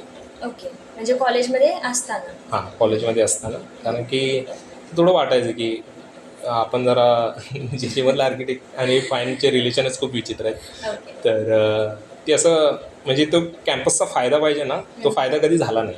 म्हणजे तिकडचं नॉलेज इकडे येईल इकडचं नॉलेज तिकडे होईल. आमच्या वेळेला तर काय झालं नाही पुढे झालं तर चांगलं होईल. ओके. हां मग त्यामुळं कसं की मला ते आवडायचं. पण माझं काम ज्यावेळेला एका म्हणजे दिल्लीमध्ये एका गॅलरीमध्ये लागलं होतं त्यावेळेला एका आर्किटेक्टने मला कॉन्टॅक्ट केला होता. ओके. आणि तो माझ्याच वयाचा आहे. हां ओके. आणि तो स्वतःची रेसिडेन्सी पण चालवतो. अरे वा. आणि त्याच्यासोबत राहून मग बऱ्याच गोष्टी समजायला भेटल्या. मग मला त्याने त्याच्या रेसिडेन्सीला मग इन्व्हाइट केलं आणि त्या रेसिडेन्सीमध्ये मग आम्हाला खूप टाईम भेटला बोलायला भेटायला वगैरे. म्हणजे आता ते सध्या आर्किटेक्चर म्हणून त्यांचं काम हां करतात. आर्किटेक्ट आर्ट रेसिडेन्सी चालवत आहे प्लस आर्ट क्युरेटर पण झाला आहे तो. अरे वा. आणि तो खूप चांगल्या लेवलवरती मग आता काम करतोय. मग त्याच्यामुळे काय झालं माहिती आहे काय त्यांनी ज्या वेळेला मला बोलवलं राजस्थानला तर मी त्याच्यासोबत राहिलो काही महिने. तर त्याच्यामुळं बाकीचे त्याचे सराउंडिंग आर्किटेक्ट लोक जे आहेत ना ती मला भेटली. ओके. मग त्यांचा अप्रोच काय असतो किंवा बिल्डिंग्सकडे ते कसे बघतात आणि मला काही पद्धतीच्या बिल्डिंग्स खूप आवडतात. जसे की ग्रामीण भागातल्या मातीची घरं जी आहेत की नाही ते खूप आवडतात. म्हणजे त्यांची शैली आमचं जुनं घर जे होतं ते मातीचं होतं. हां. आणि आता म्हणजे कालांतरानं सगळी मातीची घरं पाडतायत लोक. पाडतात. हो. आणि मग माझे काका जे आहेत ते खूप वाचन आणि ऑब्झर्वेशन करणारे माणूस होते. तर त्यांच्याशी माझं डिस्कशन व्हायचं की पांढरी माती बनते कशी ओके. ते मटेरियल कसं आणलं जायचं चुना वगैरे सगळ्या गोष्टी. हो. तर या सगळ्या गोष्टी लहानपणापासून थोडंसं विचारून साठवल्या होत्या. पण ते आर्किटेक्ट लोकांच्यामध्ये गेल्यानंतर काही लोक अशी भेटली की ती नॅचरल मटेरियलला घेऊन काम करणारी. म्हणजे तुम्ही शोधत राहता त्याच्यासाठी म्हणजे ट्रॅव्हलिंग असेल नवीन लोकांशी भेटणं असेल हो आणि तेवढंच त्यांच्याशी स्वतःहून इंटरॅक्ट करण्याचं ट्राय करणं हे सुद्धा खूप महत्त्वाचं हो, आहे. हो. आपल्या मुलांमध्ये ती पण एक गोष्ट खूप कमी आहे की त्या न्यूनगंडामुळे ती मागं पडतात की नाही. हां, आणि माझ्याकडे कसं माहिती आहे का, सुरुवातीला लँग्वेजचं बॅरियर होतं हां. एकदम सुरुवातीला. हम्म. तर म्हणून नंतर काय आलं की ते बॅरियर बाळगून काय फायदाच नाही आहे. म्हणजे माझी जी हिंदी आहे थोडकी मेरे को लगा वगैरे जी आहे हिंदी, हां, हां. ओके आहे ती चालते. कारण की कसं आहे, कम्युनिकेशन होऊ शकतं. हां, होऊ शकतं. म्हणजे कसं आहे की समोरचा जर इंग्लिश बोलत असेल आणि मी जर बोलत नसेल तेवढा चांगला, पण मला आजकाल समजतं. हां. पण मी तेवढा चांगला बोलत नसेल तर माझी चुकी नाही ना. हां. मी ज्या ठिकाणावरून आलोय ना, ते ठिकाण एकदम तसंच आहे, तसंच रॉ, आहे, हां. साधंसुधं. हो. आणि पण आणि हां, आपली मेन लँग्वेजच मराठी आहे हां, ना. मराठी आहे. मग हां. त्यामुळं मला लाज नाही वाटत त्या सगळ्या गोष्टी. मला उलट भारी वाटतं की बाबा मी हिंदीमध्ये तरी चांगलं बोलू शकतो. आणि समोरचा म्हणजे बऱ्याच वेळेला माझे म्हणजे बोलणं होतं ना लोकांसोबत, तर समोरचा खूप चांगला इंग्लिश बोलत असतो, हां. पण त्याला चांगली हिंदी येत नसते. येत नसते. हां, मग तो बोलतो की तो बाबा, त्याचा weak हां, point तो असतो. बोलतो की बाबा मी इंग्लिशमध्ये बोलतो, तू हिंदीमध्ये बोल. आणि असं झालं. interaction मग करू. तेच आहे. म्हणजे जर आम्ही स्वतःला कमी आहे म्हणून जर थांबवलं ना, तर मग थांबलोच. कारण की वेळ कुणासाठी नाही थांबत. तर एक गोष्ट आता तुम्हाला मला अशी विचारावीशी वाटते की आपल्याकडची जी शिक्षण पद्धती आहे किंवा त्यातले काही प्लस पॉईंटही आहेत प्लस ड्रॉबॅक्स पण आहेत. जे काम आम्ही सुखममधून करतोय मुलांपर्यंत माहिती पोहोचवण्याची, तर माहिती कमी असल्यामुळं काही प्रॉब्लेम्स होत आहेत.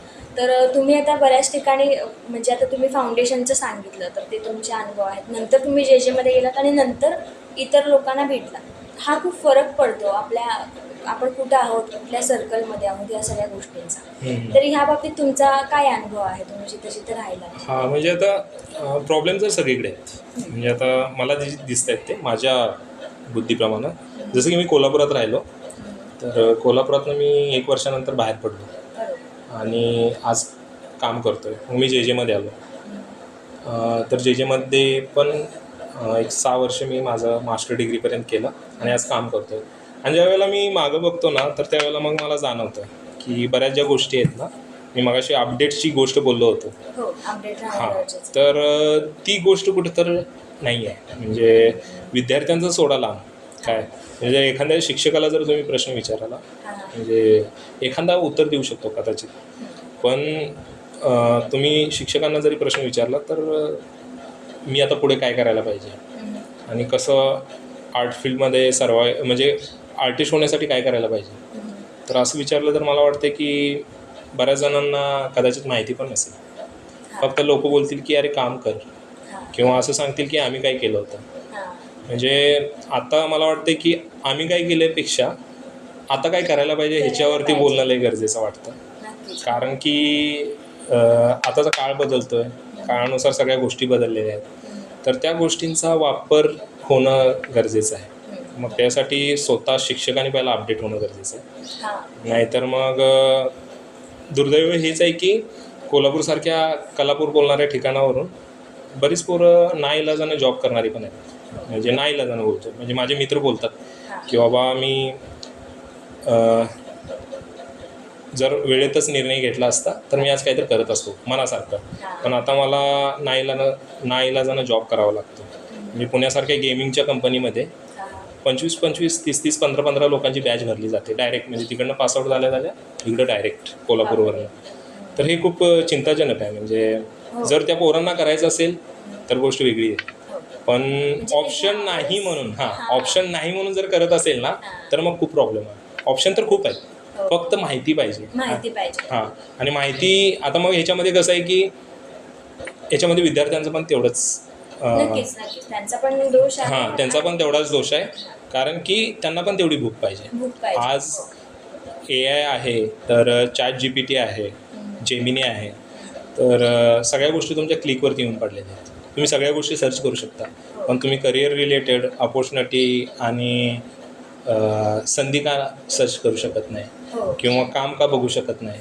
म्हणजे आज समकालीन पद्धतीने कोणत्या लेवलला काम चाललंय किंवा होतंय.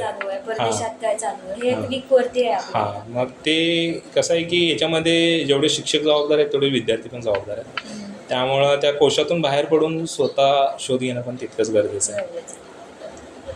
एवढंच वाटतं. म्हणजे कोल्हापूरच्या बाबतीत तर हेच आहे. म्हणजे आज कोल्हापूरला जे म्हणजे कोल्हापूरला कलापूर हे शाहू महाराजांमुळे म्हटलं गेलं, कारण की तो माणूस अपडेटेड होता. त्यांनी जे अपडेट कोल्हापूरला केलं आहे, म्हणजे त्यावेळेचा काळ जो एवढा खतरनाक बनवून ठेवला होता त्यांनी, की जगातली जी बेस्ट गोष्ट आहे ती कोल्हापुरात त्यांनी आणायचा प्रयत्न आणायचा केला. प्रयत्न केला म्हणजे तो राजा अपडेटेड होता म्हणून जनता अपडेटेड होती. होते. आता तेच आहे की आता स्वतः अपडेट होणं गरजेचं आहे.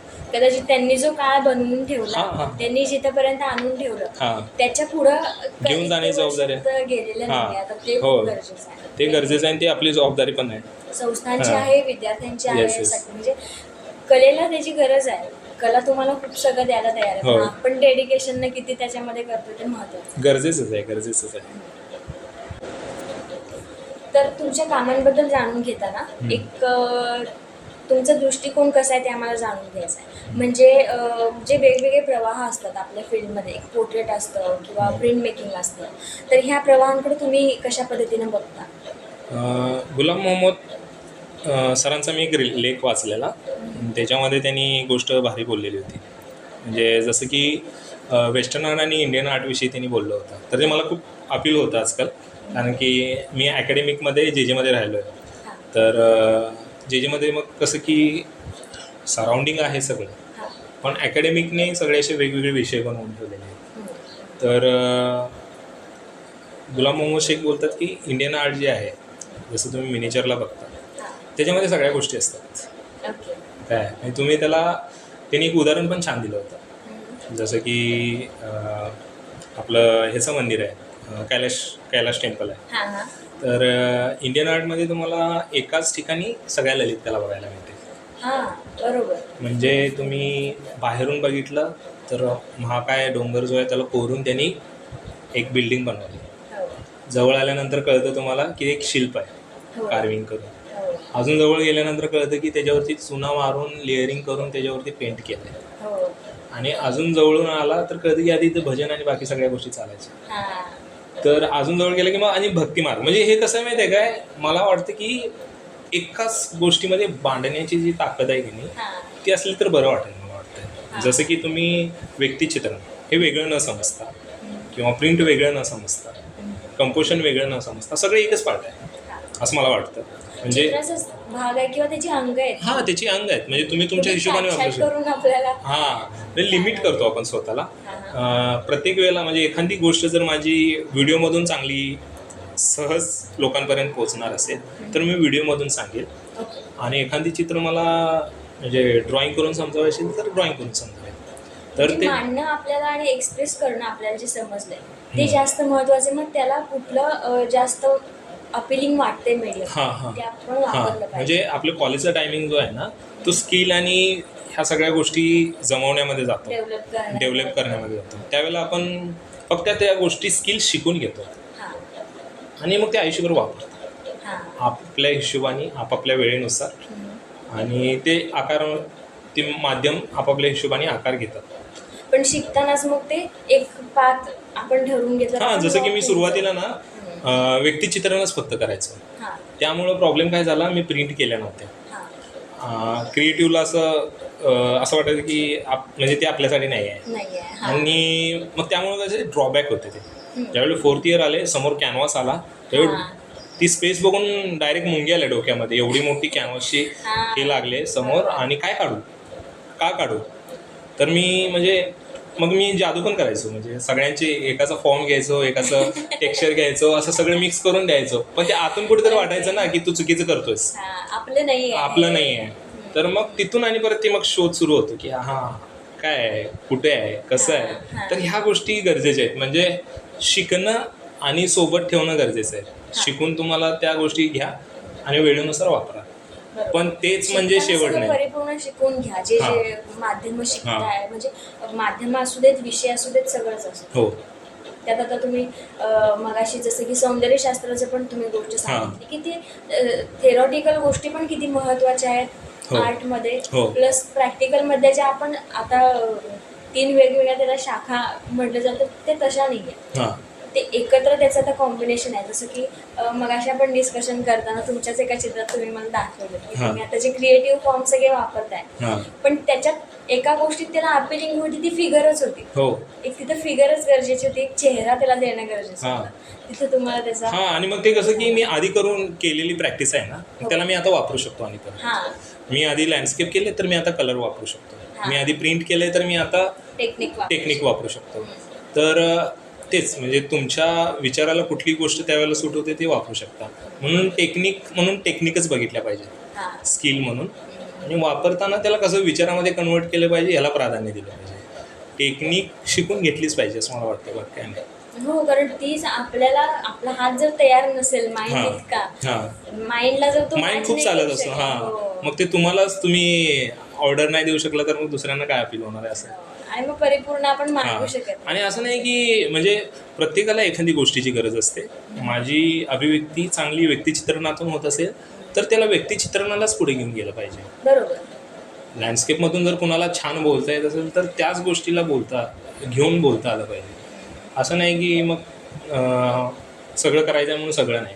तुम्हाला कोणती नीड आहे, म्हणजे आता मला सुरुवातीचा मास्टर्स नंतर मी खूप प्रिंट केल्या, त्यानंतर मला काही प्रॉब्लेम्स यायला लागले की मला काम करायला थोडं थांबावं, म्हणजे मर्यादित वाटायला लागलं. मग आणि परत ड्रॉइंग्स आले, मग ड्रॉइंग्समध्ये पण आणि परत वाटलं की आता कलर यायला, मग आता कलर यायला. तर ते ज्या त्या वेळेला ते बदलत राहतं. पण ते स्किल तुम्ही आधी आत्मसात केलेले असतील तर त्या वेळी तुम्हाला ते वापरता येईल. हो, तेच शिकताना ते प्रामाणिकपणे शिकणे जास्त गरजेचं आहे. आता एक तुमचं रिसेंटच जो शो झाला होता आर्ट अँड चार्लीचा, तर त्याचा तो शो पर्यंत जाण्याचा किंवा तिथले एक्सपिरियन्स खूप सुंदर होता. एक तर तो सोलो शो होता, पण सोलोमध्ये ना म्हणजे माझ्या मित्रांचं खूप मोठं योगदान आहे. आणि मला खरोखर माझे मित्र खूप प्रिय आहेत, कारण की त्यांच्यामुळं मी आज जे पण आहे ते आहेच. म्हणजे मी त्यांच्याविषयी किती पण बोलू शकतो. तर म्हणजे सगळ्याच गोष्टींसाठी ते असतात सोबत. तर शोमध्ये बऱ्याच ज्या गोष्टी असतात, जसं की जास्त करून शिकायला काय भेटले की रवंत हा शब्द जो होता तो मुंबईमध्ये आला. आणि आज पण कुणाला भेटलं ना तर रवंत लक्षात राहिले. म्हणजे मी आर्ट नाईटला ज्या वेळेला फिरत असतो गॅलरीला, एखादं कोणतं भेटतं 6-7 महिने झाले आता, तर तो अरे रवंत माझ्या लक्षात आहे, मी बघितला तसं खूप इंटरेस्टिंग होता. तर ते माझ्यासाठी पण प्रयोगच होता आणि शिकायला भरपूर भेटलं. काय, कारण की काय माहिती आहे, एक तर सोलो शो काय असतो, सोलो शो हे एवढं लक्षात आहे, पण त्यासाठी काय काय करावं लागतं ते करून ठेवलं. आणि नंतर कळालं की ते सगळं कमी पडतंय. काय मग मेन प्रॅक्टिकल ठिकाणी वेगळंच काही काम येणार आहे. मग ते कमी पडते. मग आणि परत तयारी, मग नुसतं काम करणं गरजेचं आहे की विचार करणं गरजेचं आहे. म्हणजे शिकायला भरपूर मिळालं. सगळ्यात महत्त्वाचं काय माहिती आहे, मला शिकायला भरपूर मिळालं. चांगली लोकं होती ज्यांनी मला खूप छान क्रिटिसाइज केलं. मग झोपा पण उडल्या होत्या त्यावेळेला माझ्या, पण ते विचार करून आणि परत गाडी रुळावरती आली. आणि मग कळलं नाही बरोबर आहे, अशा पद्धतीने विचार किंवा अशा पद्धतीने मांडणी गरजेची आहे. मग एकूणच डिस्प्ले आणि या सगळ्याबद्दलच. म्हणजे हे सगळं आधी सुरू होतं. म्हणजे डिस्प्ले होण्याआधी 4 वेळा डिस्प्ले इथे केलाय स्टुडिओवरती. मग मित्रांसोबत भांडणं पण व्हायची, अरे हे नाही चांगलं वाटत, ते बदल तू. मित्र रुसायचे, मी रुसायचं, सगळं व्हायचं. पण फायनल इनपुट ट्रायल्स इथं स्टुडिओमध्ये डमी आम्ही बनवली होती गॅलरी. आणि याच्यानंतर मग आणि परत 3D आपलं मॉडेल बनवलं होतं ब्लेंडरवरती, गॅलरीची प्रॉपर मॅपिंग साईज वगैरे करून. ऑलरेडी डिस्प्ले इथं सगळा 3D व्हर्च्युअल रेडी केला. आणि मग ज्या दिवशी कुठले साइजेस तुमचे तिथे डिस्प्ले करायचे, कोणते काम लावायचे, कोणते नाही लावायचे, लोक पहिल्या कामापासून गेल्यापासून शेवटच्या कामापर्यंत कसे जातील, मग ते काम कसं दिसेल, कोणत्या हाईटला असेल, या सगळ्या गोष्टींचं कंपोजिशनच्या बाबतीत प्रिपरेशन करून आम्ही गेलो होतो. आणि पहिलं माझ्यासाठी पण नवीन होतं सगळं. पण मी इथं मग कसं मित्रांचं बोलतो पहिलाच. मग इथं कसं की 3D करणारे मित्र आहे, तर त्याच्याशी बसून सगळ्या गोष्टी ते सगळे त्यांना सगळं सांगतोय, ते सगळे तिकडे करतायत. मग त्यांना इकडे ड्रॉ करून सगळं पाठवतोय, तर ते मग त्या हिशोबानं प्लेसमेंट करून सगळ्या उभं करून. मग ज्यावेळी डिस्प्ले होता त्यावेळी खूप कमी टाइम लागला आम्हाला डिस्प्लेला, कारण हे सगळं रेडी होतं. आणि त्यामध्ये गॅलरीचा काय रोल होता तुमच्या? सगळ्यात मोठा रोल होता की तुम्हाला जे पाहिजे ते करा. जे गॅलरी खूप कमी देतात. म्हणजे तुम्हाला काय पाहिजे करा, तुम्हाला हे पाहिजे करा, हे पाहिजे करा. तर हे महत्वाचं होतं माझ्यासाठी, जे आधी मिळालं नव्हतं. म्हणजे आधीच्या जी गॅलरीज होती त्यांची बंधनं खूप असायची. आणि त्यामुळे कसं व्हायचं की एक पद्धत ठरलेली असायची. त्यांना माहिती होतं की अशा पद्धतीने आलं की अशा पद्धतीने करायचं. मग ते गरमागरम आलं की गरमागरम विक्रीला पण जायचं तिकडे. पण त्यामुळे कसं झालं की प्रॉब्लेम झाले, म्हणजे क्युरेशन असतं, बरोबर. आर्टिस्टचा पण सहभाग असतो, या सगळ्या गोष्टी कळायला नाही. मग ह्याचं क्युरेशन मग ह्याचं कसं झालं की अर्चना खंडे होत्या मॅम, त्या स्टुडिओवरती व्हिजिटला आल्या होत्या आणि त्यांना आम्ही इन्व्हाइट केलं होतं. त्यांनी भरपूर साऱ्या गोष्टीशी आम्ही डिस्कस केलं होतं. मग आमचे मित्र पण चांगले चांगले होते, तर ते पण आमच्या म्हणजे सोबतच होते कायम. म्हणजे डिस्प्लेच्या दिवशी साव्या, योगेश दादा हे सगळे सोबत होते. आणि प्रोडक्शनच्या वेळेला प्रतीक, ओमकार हे सगळे म्हणजे सगळे मित्रच आहेत ना, हे सगळे सोबत होते. तर त्यामुळे कसं झालं की प्रत्येक वेळेला सगळ्यांचं कुणाचं काही नाही काही असायचं. म्हणजे प्रत्येकाच्या जी वेगवेगळी त्यांची कामाची पद्धत आहे किंवा त्यांनी बरंचसं जग आता बघितलंय, तर त्यांच्या प्रत्येकाच्या नजरेनं ते बघितलं गेलं. म्हणजे ज्या वेळेला म्हणजे सुरुवातीला ज्या वेळेला अर्चना मॅम आल्या, कामं बघितली सगळे, मला एकच प्रश्न केला हसून, तेरे को सब दिखाना है ना, तेरे को क्या क्या आता है. म्हटलं हां, हे नाही करणे काय. मतलब ह्या गोष्टी आहेत ना, तर ते पटकन त्यांना समजून आल्या होत्या. मग त्यामुळे ते सिलेक्टेड गोष्टी लावल्या होत्या आणि सिलेक्ट करायला भाग पाडलं त्यांनी की ते सगळे एका फ्लोमध्ये कसं गेलं पाहिजे, त्याच्यावरती विचार करायला भाग पाडलं. म्हणजे एक शोच्या वेळेला रवंथ म्हणून तुम्हाला जे मांडायचं आहे, तर त्यावेळी तेच दिसणं गरजेचं आहे. हो. तुमचं पुढचं पाठी बघणाऱ्याला गोंधळ टाकून देईल. आणि हे होत होतं सुरुवातीला, हे होत होतं. मग ते त्यांच्यामुळे ते क्लीन कसं असतं माहिती आहे काय, आपण सगळे एकटं करायला जातो, पण इथं ग्रुपची गरज असते. कारण की तुम्ही सगळे एकटं नाही करू शकत. म्हणजे तुम्ही जर चांगलं गात असाल तर मी चांगला तबला वादक असू शकतो ना. ओमकारने एक शब्द बोलला होता की कुमार, सैराट ऐकलायस शब्द पूर्वी? नाही, पिक्चर बघितल्यानंतर ऐकलास ना. तसंच रवंथ सगळ्यांच्या लक्षात राहायला पाहिजे. सो ते मला वाटतं, म्हणजे बऱ्याच वेळेला मी ज्यावेळेला भेटतो त्यावेळेला रवंथ हा विषय निघतो. मग ते दिल्ली असू दे किंवा मुंबई असू दे, रवंथ सगळ्यांना माहिती. म्हणजे आर्ट फील्डमध्ये जे बघतात त्यांना तरी माहिती आहे रवंथ म्हणजे काहीतरी आहे. तर तेच, आणि काहीतरी छाप पाडणार आणि वेगळा प्रयोग करणार. म्हणजे प्रयोग होता तो, अजून नवीन प्रयोग येतील आता लवकरच. म्हणजे सुरूच आहेत प्रयोग कंटिन्यू. नक्कीच व्हायला पाहिजे आणि आम्हाला पण बघायची खूप एक्साइटमेंट आहे की काय काय नवीन निघणार आहे. आता आज हा स्टुडिओ बघते तर इथलं काम बघण्याची इतकी मजा येते की म्हणजे प्रत्येक वॉल वेगळी आहे इथं, प्रत्येक वॉल वेगळी आहे. आणि मला वाटतं की हे व्हायला पाहिजे आर्टिस्टच्या बाबतीत की त्याचा डिस्प्ले त्यांना बदलत राहायला पाहिजे. जुनं मला काम आवडले तेच मी कायमस्वरूपी लावलंय आयुष्यभर माझ्या घरात, ह्याच्याने डेव्हलपमेंट नाही होणार. ती बदलत राहायला पाहिजे वॉल. आणि तसंच वॉलवरती तुम्ही सगळं रिमूव्हल म्हणजे जातं आणि परत येतं असं वाला. म्हणजे पेपर इन्स्टंट काढू शकता, पेपर आणि परत लावू शकता.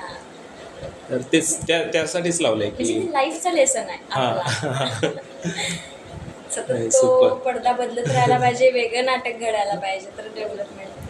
तर आपण इनिशिएटिव्ह घेऊन या पद्धतीच्या बाहेर पडणं गरजेचं आहे. आज खूप साऱ्या ॲक्टिव्हिटीज होत आहेत मुंबईमध्ये, ओव्हरऑल वर्ल्डमध्ये होत आहेत. तर त्याचा आपण कसं सहभाग घेऊ शकतो, त्याचा एक भाग कसा तर ते शोधणं पण गरजेचं मला वाटतं. म्हणजे मला पण आता खूप रिअलाईज होतं की खूप साऱ्या गोष्टी माझ्यामध्ये नाही आहेत, तर त्या गोष्टी ॲड करण्यासाठी त्याच्यावरती काम करणं पण गरजेचं आहे. ते सुरू असतं. म्हणजे खूप ठिकाणी जायचं आहे, खूप गोष्टी एक्सप्लोअर करायच्या आहेत, खूप लोकांना भेटायचं आहे. तर त्यासाठी आर्ट फील्ड रिलेटेड जेवढ्या गोष्टी असतील तिकडं सगळीकडं आपलं तर तेच गरजेचं आहे मला वाटतं. आणि ते सुरू आहे माझं पण. छान वाटलं मला, खूप बडबडून. आणि आम्हाला ऐकून खूप छान वाटलं, कारण खूप एक लांबून बघत आलो आतापर्यंत तुमचं काम. आणि डायरेक्ट एक काम बघणं त्याच्यापेक्षा, जसं की इतर आर्टिस्टच्या बाबतीत पण त्यांची फक्त एक हिस्ट्रीतले जे आर्टिस्ट होते त्यांचं नुसतं काम जेव्हा समोर येतं ना, तेव्हा रिलेट करत नाही आपण त्याच्याशी, पण त्यांच्याबद्दल जेव्हा वाचतो, त्यांचे विचार जाणून घेतो, तेव्हा कामाशी अजून रिलेट करायला लागतो. तर ती गोष्ट आज झाली की काय आहे ह्याच्या मागं नेमकं, तर ते ऐकायला मिळालं, खूप डिटेल ऐकायला मिळालं. त्यामुळे छान वाटलं. आणि तुझा पण आभारी आहे म्हणाली, सचिनचा पण मी आभारी आहे. खूप खूप शुभेच्छा तुम्हाला सुखमसाठी. धन्यवाद. आपल्या पोरांसाठी प्लॅटफॉर्म उभा करताय, खूप चांगली गोष्ट आहे. ओके.